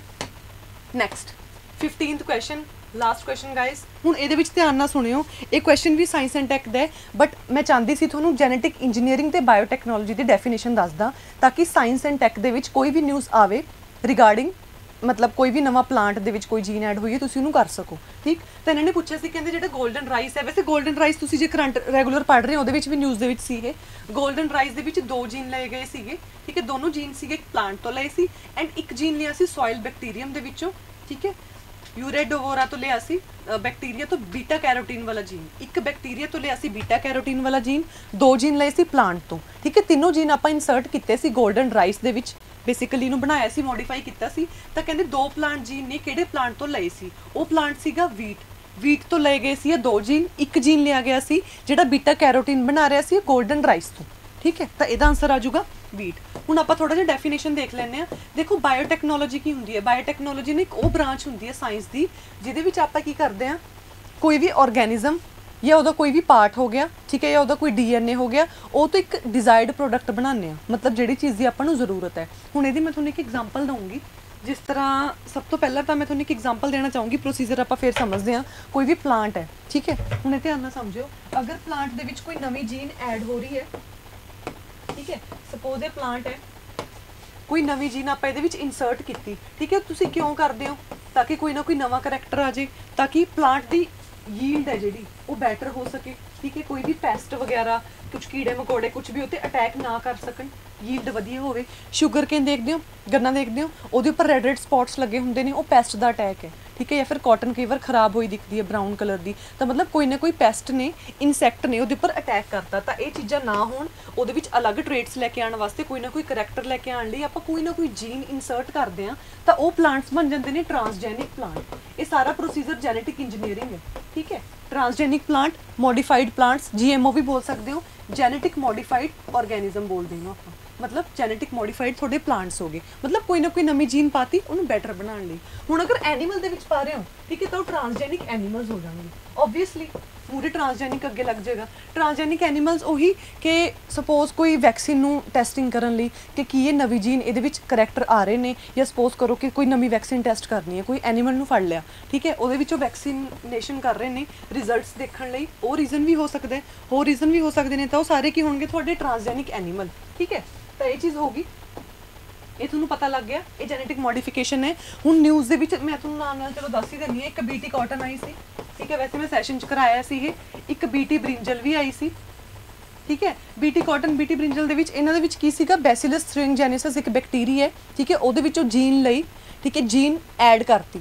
ਸਪੋਜ਼ ਅਗਰ BT ਕਾਟਨ ਦੀ ਗੱਲ ਕਰਦੇ ਹਾਂ, ਇਹਦੇ ਵਿੱਚ ਜੀਨ ਐਡ ਕਰਤੀ ਕਿਸੇ ਬੈਕਟੀਰੀਆ ਤੋਂ, ਤਾਂ ਇਹਨੂੰ ਨਾ ਬਣਾ ਦੋ ਕਿ ਪੈਸਟ ਰੈਜ਼ਿਸਟੈਂਟ, ਕੋਈ ਵੀ ਪੈਸਟ ਆ ਜਾਏ, ਕੋਈ ਮਰਜ਼ੀ ਆ ਜਾਏ, ਸਭ ਨੂੰ ਦੇਖ ਲੂਗੀ ਇਹ, ਸਭ को उड़ा देगी एक एक को BT ਕਾਟਨ, ठीक है। तो उन्होंने जोड़ा है कोई असर नहीं होगा पेस्ट का, इस करके ऐड की गई सी बेसिकली। तो BT ब्रिंजल एक तारा मस्टर्ड हाइब्रिड DMH 11 से 18, ठीक है। तो ये तीन बहुत इंपॉर्टेंट ने न्यूज़ के अकॉर्डिंगली। हुण ये हुंदा किवें, एक बायोटैक्नोलॉजी का प्रोसीजर हुंदा है, पता की करते हैं, जिवें सपोज करो एक एग्जांपल दिने, सपोज करो आ बैक्टीरिया X है, ठीक है, आ बैक्टीरिया Y है, ठीक है। हुण आ अपने कोल हैगी है इंसुलिन जीन, ਆਪਾਂ ਕੀ ਕਰਨਾ ਹੈ, ਧਿਆਨ ਨਾਲ ਸਮਝੋ, ਬੈਕਟੀਰੀਆ ਵਾਈ ਦੇ ਵਿੱਚ ਇਨਸੂਲਿਨ ਬਣਾਉਣੀ ਹੈ, ਇਹ ਆਪਣਾ ਮੇਨ ਕੰਮ ਹੈ। ਡਿਜ਼ਾਇਰਡ ਪ੍ਰੋਡਕਟ ਆਪਾਂ ਨੂੰ ਕੀ ਚਾਹੀਦਾ ਹੈ ਵੀ ਜਿਹੜਾ ਆਪਣਾ ਬੈਕਟੀਰੀਆ ਵਾਈ ਹੈ ਇਨਸੂਲਿਨ ਬਣਾਉਣ ਲੱਗ ਜੇ। ਆਪਾਂ ਕਿਸੇ ਹੋਰ ਬੈਕਟੀਰੀਆ ਤੋਂ ਜਾਂ ਕਿਸੇ ਹੋਰ ਏਜੰਟ, ਕੋਈ ਵੀ ਹੋ ਸਕਦਾ, ਵਾਇਰਸ ਕੁਝ ਵੀ ਹੋਊਗਾ, ਠੀਕ ਹੈ, ਜਾਂ ਕੋਈ ਬੈਕਟੀਰੀਆ ਕੋਈ ਵੀ ਏਜੰਟ ਹੋ ਗਿਆ, ਉਹ ਤੋਂ ਆਪਾਂ ਨੇ ਜੀਨ ਇਨਸਰਟ ਕਰ ਲਈ, ਚਾਹੇ ਹਿਊਮਨ ਹੋਵੇ, ਠੀਕ ਹੈ। ਹਾਂ, ਇਨਸੂਲਿਨ ਜੀਨ ਆਪਣੇ ਕੋਲ ਆ ਗਈ, ਠੀਕ ਹੈ। ਤਾਂ ਫਿਰ ਆਪਾਂ ਕੀ ਕਰਾਂਗੇ ਇਸ ਕੇਸ ਦੇ ਵਿੱਚ, ਜਿਹੜਾ ਹੈ ਜਿਹੜਾ ਬੈਕਟੀਰੀਆ ਨਾ ਈਕੋਲਾਈ ਬੈਕਟੀਰੀਆ ਲਿਆ ਜਾਂਦਾ ਹੈ, ਈਕੋਲਾਈ ਬੈਕਟੀਰੀਆ ਦੇ ਵਿੱਚੋਂ ਆਪਾਂ ਕੀ ਕਰਾਂਗੇ, ਈਕੋਲਾਈ ਇੱਕ ਬੈਕਟੀਰੀਆ ਹੈ, ਉਹਦੇ ਵਿੱਚ ਐਕਸਟਰਾ ਸੈਲੂਲਰ DNA ਪਿਆ ਹੁੰਦਾ ਹੈ, ਉਹਨੂੰ ਆਪਾਂ ਪਲਾਜ਼ਮਿਡ DNA ਬੋਲਦੇ ਹਾਂ। ਇਸ ਤਰੀਕੇ ਦਾ ਹੁੰਦਾ ਹੈ, ਜਿਵੇਂ ਤੁਹਾਡੇ ਸੈੱਲ ਦੇ ਵਿੱਚ DNA ਹੁੰਦਾ ਨਾ, ਨਿਊਕਲੀਅਸ ਦੇ ਵਿੱਚ ਇੱਕ ਐਕਸਟਰਾ DNA ਪਿਆ ਹੁੰਦਾ, ਨਿਊਕਲੀਅਸ ਤੋਂ ਬਾਹਰ ਹੁੰਦਾ, ਠੀਕ ਹੈ, ਉਹਨੂੰ ਹੀ ਬੋਲਿਆ ਜਾਂਦਾ ਪਲਾਜ਼ਮਿਡ DNA ਜਾਂ ਫਿਰ ਵੈਕਟਰ DNA ਬੋਲਿਆ ਜਾਂਦਾ ਹੈ। ਵੈਕਟਰ ਕਿਉਂ, ਕਿਉਂਕਿ ਇਹ ਅੱਗੇ ਲੈ ਕੇ ਜਾਊਗਾ ਆਪਣੀ ਜੀਨ ਨੂੰ, ਉਹ ਮੈਂ ਦੱਸੂਗੀ ਕਿਵੇਂ, ਠੀਕ ਹੈ। ਹੁਣ ਵੈਕਟਰ DNA ਆਪਾਂ ਲੈ ਲਿਆ, ਠੀਕ ਹੈ, ਇਹ ਆਪਣਾ ਇੱਥੇ ਟਾਰਗੇਟ ਪਿਆ ਵਾਈ ਬੈਕਟੀਰੀਆ, ਇਹਦੇ ਵਿੱਚ ਇਨਸੂਲਿਨ ਦੀ ਜੀਨਸ ਬਣਾਉਣੀਆਂ ਨੇ। ਹੁਣ ਆਹ ਵੈਕਟਰ DNA ਆਪਣੇ ਕੋਲ ਪਿਆ, ਠੀਕ ਹੈ। ਵੈਕਟਰ DNA ਜਾਂ ਵਹੀਕਲ DNA, ਵਹੀਕਲ ਕੀ ਹੁੰਦਾ ਜਿਹੜੇ ਤੁਸੀਂ ਚਲਾਣੇ, ਬੁਲੇਟ ਹੋ ਗਿਆ, ਬਾਈਕਸ ਹੋ ਗਈਆਂ ਨਾਲ, ਸਕੂਟੀ ਹੋ ਗਈ, ਉਹ ਸਾਰੇ ਵਹੀਕਲਸ ਨੇ, ਉਹਦਾ ਕੰਮ ਕੀ ਹੈ, ਅੱਗੇ ਲੈ ਕੇ ਜਾਂਦੇ ਨੇ, ਟਰਾਂਸਪੋਰਟ ਕਰਨਾ। ਤਾਂ ਇਹ ਵੀ ਕੀ ਕਰੂਗੀ, ਬਸ ਆਪਣੇ ਜੀਨ ਨੂੰ ਉੱਥੇ ਤੱਕ ਲੈ ਜਾਊਗੀ। ਆਪਣਾ ਜੀਨ ਪਿੰਕ ਕਲਰ ਦਾ, ਠੀਕ ਹੈ। ਹੁਣ ਆਪਣੇ ਜਿਹੜਾ ਜੀਨ ਹੈ ਇਹਨੂੰ ਇੱਥੇ ਤੱਕ ਲੈ ਕੇ ਜਾਣਾ ਤਾਂ ਕਿ ਇਹਦੇ ਵਿੱਚ ਕਾਪੀਜ਼ ਬਣ ਸਕਣ। ਇਹ ਤੇ ਨਾ ਕੱਟ ਲਗਾ ਦਾਂਗੇ ਆਪਾਂ, ਠੀਕ ਹੈ। ਜਿਹੜਾ ਹੁੰਦਾ ਤੁਹਾਡਾ ਇਹ ਤੇ ਕੱਟ ਲਗਾਇਆ ਜਾਂਦਾ ਹੈ ਵੈਕਟਰ DNA ਤੇ, ਕੱਟ ਲਗਾ ਕੇ ਜੀਨ ਇਨਸਰਟ ਕੀਤੀ ਜਾਊਗੀ ਇਹਦੇ ਵਿੱਚ। ਆ ਪਿੰਕ ਵਾਲੀ ਮੈਂ ਬਣਾ ਕੇ ਦਿਖਾ ਰਹੀ ਹਾਂ, ਇਨਸੂਲਿਨ ਵਾਲੀ ਜੀਨ, ਠੀਕ। ਹੁਣ ਆ ਪਲਾਜ਼ਮਿਡ DNA ਹੈ, ਠੀਕ ਹੈ, ਇਹਨੂੰ ਕੱਟ ਕੀਤਾ, ਠੀਕ ਹੈ, ਇਹਦੇ ਵਿੱਚ ਜੀਨ ਇਨਸਰਟ ਕਰਤੀ ਜਿਹੜੀ ਆਪਾਂ ਨੂੰ ਚਾਹੀਦੀ ਸੀ, ਬਸ ਆ ਇਹਦੇ ਕੋਲ ਲੈ ਜਾਊਗਾ। ਸਪੋਜ਼ ਆਪਣਾ ਬੈਕਟੀਰੀਆ ਹੈ, ਆ ਬੈਕਟੀਰੀਆ ਆਪਣਾ, ਠੀਕ ਹੈ, ਆ ਤੁਹਾਡੇ ਵੈਕਟਰ DNA ਸੀ, ਇਹਦੀ ਕਾਪੀਜ਼ ਬਣਾ ਲੂਗਾ, ਪਹੁੰਚ ਗਿਆ। ਬਸ ਵੈਕਟਰ DNA ਦਾ ਆਹੀ ਕੰਮ ਹੁੰਦਾ ਹੈ। ਇਹ ਕੀ ਕਰੂਗਾ, ਕੋਈ ਵੀ ਜੀਨ ਜਿਹੜਾ ਟ੍ਰੇਟ ਆਪਾਂ ਨੂੰ ਅੱਗੇ ਵਾਲੇ ਆਰਗੈਨਿਜ਼ਮ 'ਚ ਚਾਹੀਦਾ ਹੈ, ਜਿਵੇਂ ਆਪਾਂ ਵਾਈ ਦੀ ਗੱਲ ਕਰ ਰਹੇ ਹਾਂ, ਉਹਨੂੰ ਇਹਦੇ ਤੱਕ ਪਹੁੰਚਾ ਦੂਗਾ, ਠੀਕ ਹੈ। ਤਾਂ ਪਰ ਆਪਾਂ ਨੂੰ ਇੱਦਾਂ ਦਾ ਪਲਾਜ਼ਮਿਡ DNA ਲੈਣਾ ਪਊਗਾ ਜਿਹੜਾ ਬਹੁਤ ਸਾਰੀ ਕਾਪੀਜ਼ ਬਣਾ ਸਕੇ, ਕਿਉਂਕਿ ਅਗਰ ਆਪਾਂ ਨੂੰ ਤਾਂ ਇਨਸੂਲਿਨ ਚਾਹੀਦੀ ਹੈ ਨਾ, ਆਪਣਾ ਕੰਮ ਕੀ ਹੈ, ਇੱਕ ਐਗਜ਼ਾਮਪਲ ਲੈ ਰਹੀ ਹੈ ਸਮਝਾਉਣ ਲਈ, ਠੀਕ ਹੈ, ਵੀ ਵਾਈ ਬੈਕਟੀਰੀਆ ਇਹਦੇ ਵਿੱਚ ਆਪਾਂ ਨੂੰ ਕੀ ਚਾਹੀਦੀਆਂ ਨੇ, ਜੀਨਸ ਦੀ ਕਾਪੀਜ਼ ਚਾਹੀਦੀਆਂ ਨੇ। ਅਗਰ ਇੱਦਾਂ ਦਾ ਬੈਕਟੀਰੀਆ ਲੈ ਲਿਆ, ਮਤਲਬ ਪਲਾਜ਼ਮਿਡ DNA ਲੈ ਲਿਆ ਜਿਹੜਾ ਕਾਪੀ ਨਾ ਬਣਾ ਸਕੇ, ਉਹਦਾ ਕੀ ਫਾਇਦਾ ਹੈ, ਠੀਕ ਹੈ। ਆਪਾਂ ਨੂੰ ਤਾਂ ਬਹੁਤ ਸਾਰੀ ਕਾਪੀਜ਼ ਚਾਹੀਦੀਆਂ ਨੇ, ਰਾਈਟ। ਤਾਂ ਇਸ ਕਰਕੇ ਉਹ ਕੀ ਕਰੂਗਾ, ਉਹ ਵੀ ਰੈਪਲੀਕੇਟ ਹੋਊਗਾ, ਕਾਪੀਜ਼ ਬਣਾਊਗਾ, ਨਾਲ ਨਾਲ ਤਾਂ ਇਹਦੀ ਕਾਪੀਜ਼ ਤਾਂ ਬਣ ਹੀ ਰਹੀਆਂ ਨੇ। ਤਾਂ ਫਿਰ ਆਪਣੇ ਕੋਲ ਇਹ ਚੀਜ਼ ਹੋਊਗੀ ਬਾਇਓਟੈਕਨੋਲੋਜੀ, ਜਿਹਦੇ ਵਿੱਚ ਕੀ ਹੁੰਦਾ, ਰਿਕੰਬੀਨੈਂਟ DNA ਬਣੂਗਾ, ਇਹਨੂੰ ਹੀ ਬੋਲਦੇ ਨੇ ਵੈਕਟਰ DNA ਨੂੰ, ਉਹ ਬਸ ਕੈਰੀ ਕਰਕੇ ਲੈ ਕੇ ਜਾਊਗਾ। ਇਸੇ ਤਰੀਕੇ ਨਾਲ ਜਿਵੇਂ BT ਕਾਟਨ ਹੈ, ਠੀਕ ਹੈ, ਕੋਈ ਨਾ ਕੋਈ ਤਰੀਕਾ ਯੂਜ਼ ਕੀਤਾ ਜਾਂਦਾ ਹੈ। ਵੈਕਟਰ DNA ਲੈ ਲੈ, ਸਪੋਜ਼ ਇੱਕ ਐਗਜ਼ਾਮਪਲ ਹੈ, ਤਾਂ ਉਹਦੇ ਵਿੱਚ ਉਹ ਜੀਨ ਇਨਸਰਟ ਕਰਤੀ ਜਿਹੜੇ ਬੈਕਟੀਰੀਆ ਤੋਂ ਲਈ ਸੀ, ਬਸ ਉਹ ਇਹਦੇ ਵਿੱਚ ਐਡ ਕਰ ਦਿੱਤੀ ਜਾਊਗੀ। ਇੱਕ ਪ੍ਰੋਸੀਜਰ ਹੈ ਪੂਰਾ ਬਾਇਓਟੈਕਨੋਲੋਜੀ ਦਾ, ਜੈਨੇਟਿਕ ਇੰਜੀਨੀਅਰਿੰਗ ਦਾ, ਕਿਸ ਤਰੀਕੇ ਨਾਲ ਜੀਨ ਭੇਜੀ ਜਾਂਦੀ ਹੈ ਤੁਹਾਡੇ ਪਲਾਂਟਸ ਦੇ ਵਿੱਚ ਜਾਂ ਐਨੀਮਲਸ ਦੇ ਵਿੱਚ ਕਹਿ ਲਓ। ਤਾਂ ਥੋੜੀ ਜਿਹੀ ਪਤਾ ਹੋਣਾ ਚਾਹੀਦਾ, ਬਸ ਮੈਂ ਤੁਹਾਨੂੰ ਆ ਲਿਖਿਆ ਹੋਇਆ ਸਾਰਾ ਕੱਟ ਕਰਕੇ ਕਾਪੀਜ਼ ਬਣਾਉਣੀ, ਠੀਕ। ਤਾਂ ਇਹ ਹੋਗੀ ਬਾਇਓਟੈਕਨੋਲੋਜੀ ਦੀ ਡੈਫੀਨੇਸ਼ਨ ਕਿ ਹੁੰਦਾ ਕੀ ਹੈ। ਬਸ ਇਹਦੇ ਬੇਸਿਸ ਤੇ ਕੁਐਸਚਨ ਸਾਇੰਸ ਐਂਡ ਟੈਕ 'ਚ ਇਹ ਆ ਸਕਦਾ ਹੈ ਕਿ ਕੋਈ ਵੀ ਪਲਾਂਟ ਐਨੀਮਲ ਦਾ ਧਿਆਨ ਰੱਖਣਾ ਹੈ, ਕੋਈ ਨਵੇਂ ਪਲਾਂਟ ਦੇ ਵਿੱਚ ਕੋਈ ਨਵੀਂ ਜੀਨ ਬਣੀ ਹੈ, ਕਿਹੜੇ ਪਲਾਂਟ ਤੋਂ ਐਡ ਕੀਤੀ ਹੈ, ਕਿਹੜੇ ਬੈਕਟੀਰੀਆ ਤੋਂ ਲਈ ਹੈ, ਉਹ ਤੁਸੀਂ ਯਾਦ ਰੱਖੋਗੇ, ਠੀਕ ਹੈ। ਤਾਂ ਹੀ ਆਪਣਾ ਦਾ ਸੈਸ਼ਨ ਸੀ, ਇਹ ਸੀ ਕਿ 3 ਜਾਂ 4 ਪ੍ਰੀਵੀਅਸ ਈਅਰ ਦਾ ਐਨਾਲਿਸਿਸ, ਠੀਕ ਹੈ। ਬਾਕੀ ਨੈਕਸਟ ਸੈਸ਼ਨ ਜੋ ਵੀ ਆਪਾਂ ਲੈ ਕੇ ਆਵਾਂਗੇ ਉਹ ਤੁਹਾਨੂੰ ਸ਼ਡਿਊਲ ਮੈਂਸ਼ਨ ਕਰ ਦਿੱਤਾ ਜਾਊਗਾ, ਪ੍ਰੋਪਰ ਜੋ ਵੀ ਹੋਊਗਾ। ਟੈਲੀਗ੍ਰਾਮ ਚੈਨਲ ਜੁਆਇਨ ਕਰੋ, ਉੱਥੇ ਤੁਹਾਨੂੰ ਸਾਰਾ ਦੱਸ ਦਿੱਤਾ ਜਾਊਗਾ ਵੀ ਅੱਗੇ ਸੀਰੀਜ਼ ਕਿਵੇਂ ਹੋਣਗੀਆਂ, ਕਿਵੇਂ ਆਪਾਂ ਕੰਟੀਨਿਊ ਕਰਾਂਗੇ। ਤਾਂ ਇਹ ਸੀਗਾ PPSC the general science previous year question the session. I hope you all enjoyed the session. ਤਾਂ ਕਿਵੇਂ ਲੱਗਿਆ ਤੁਹਾਨੂੰ ਸਭ ਨੂੰ ਅੱਜ ਦਾ ਸੈਸ਼ਨ? ਐਂਡ ਕਰਦੇ ਹਾਂ ਆਪਾਂ ਹੁਣ, ਠੀਕ। ਮਾਸਟਰ ਕੋਰਸ 5.0 ਆਪਾਂ ਸਟਾਰਟ ਕਰਨ ਲੱਗੇ ਹਾਂ ਸਕਸੈਸਟਰੀ ਪੰਜਾਬ। 17 ਨੂੰ ਜਿਹੜਾ ਹੈ ਸ਼ੁਰੂ ਹੋ ਜੂਗਾ ਇਹ ਬੈਚ। ਤਾਂ ਮੈਂ ਚਾਹੁੰਦੀ ਹਾਂ ਤੁਸੀਂ ਸਾਰੇ ਆਓ ਤੇ ਜੁਆਇਨ ਕਰੋ। 4 ਮਹੀਨਿਆਂ ਦੇ ਅੰਦਰ ਅੰਦਰ ਸਿਲੇਬਸ ਕਵਰ ਹੋ ਜਾਊਗਾ। ਤੁਹਾਨੂੰ ਵੈਰਾਈਟੀ ਆਫ ਫੈਕਲਟੀ ਮਿਲੂਗੀ, ਅਲੱਗ-ਅਲੱਗ ਟੀਚਰਸ ਮਿਲਣਗੇ ਤੇ general science plus science and technology ਤੁਹਾਨੂੰ ਮੈਂ ਕਵਰ ਕਰਵਾਉਂਗੀ, ਠੀਕ ਹੈ, ਅਰਾਊਂਡ 12 ਟੂ 15 12 ਜਾਂ 15 ਕਲਾਸਿਸ ਦੇ ਵਿੱਚ, ਠੀਕ। ਤਾਂ ਫਿਰ ਜਿਹੜਾ ਹੈ ਜੁਆਇਨ ਕਰੋ ਤੇ ਆਪਾਂ ਮਿਲਦੇ ਹਾਂ। Bye bye, take care, thank you so much.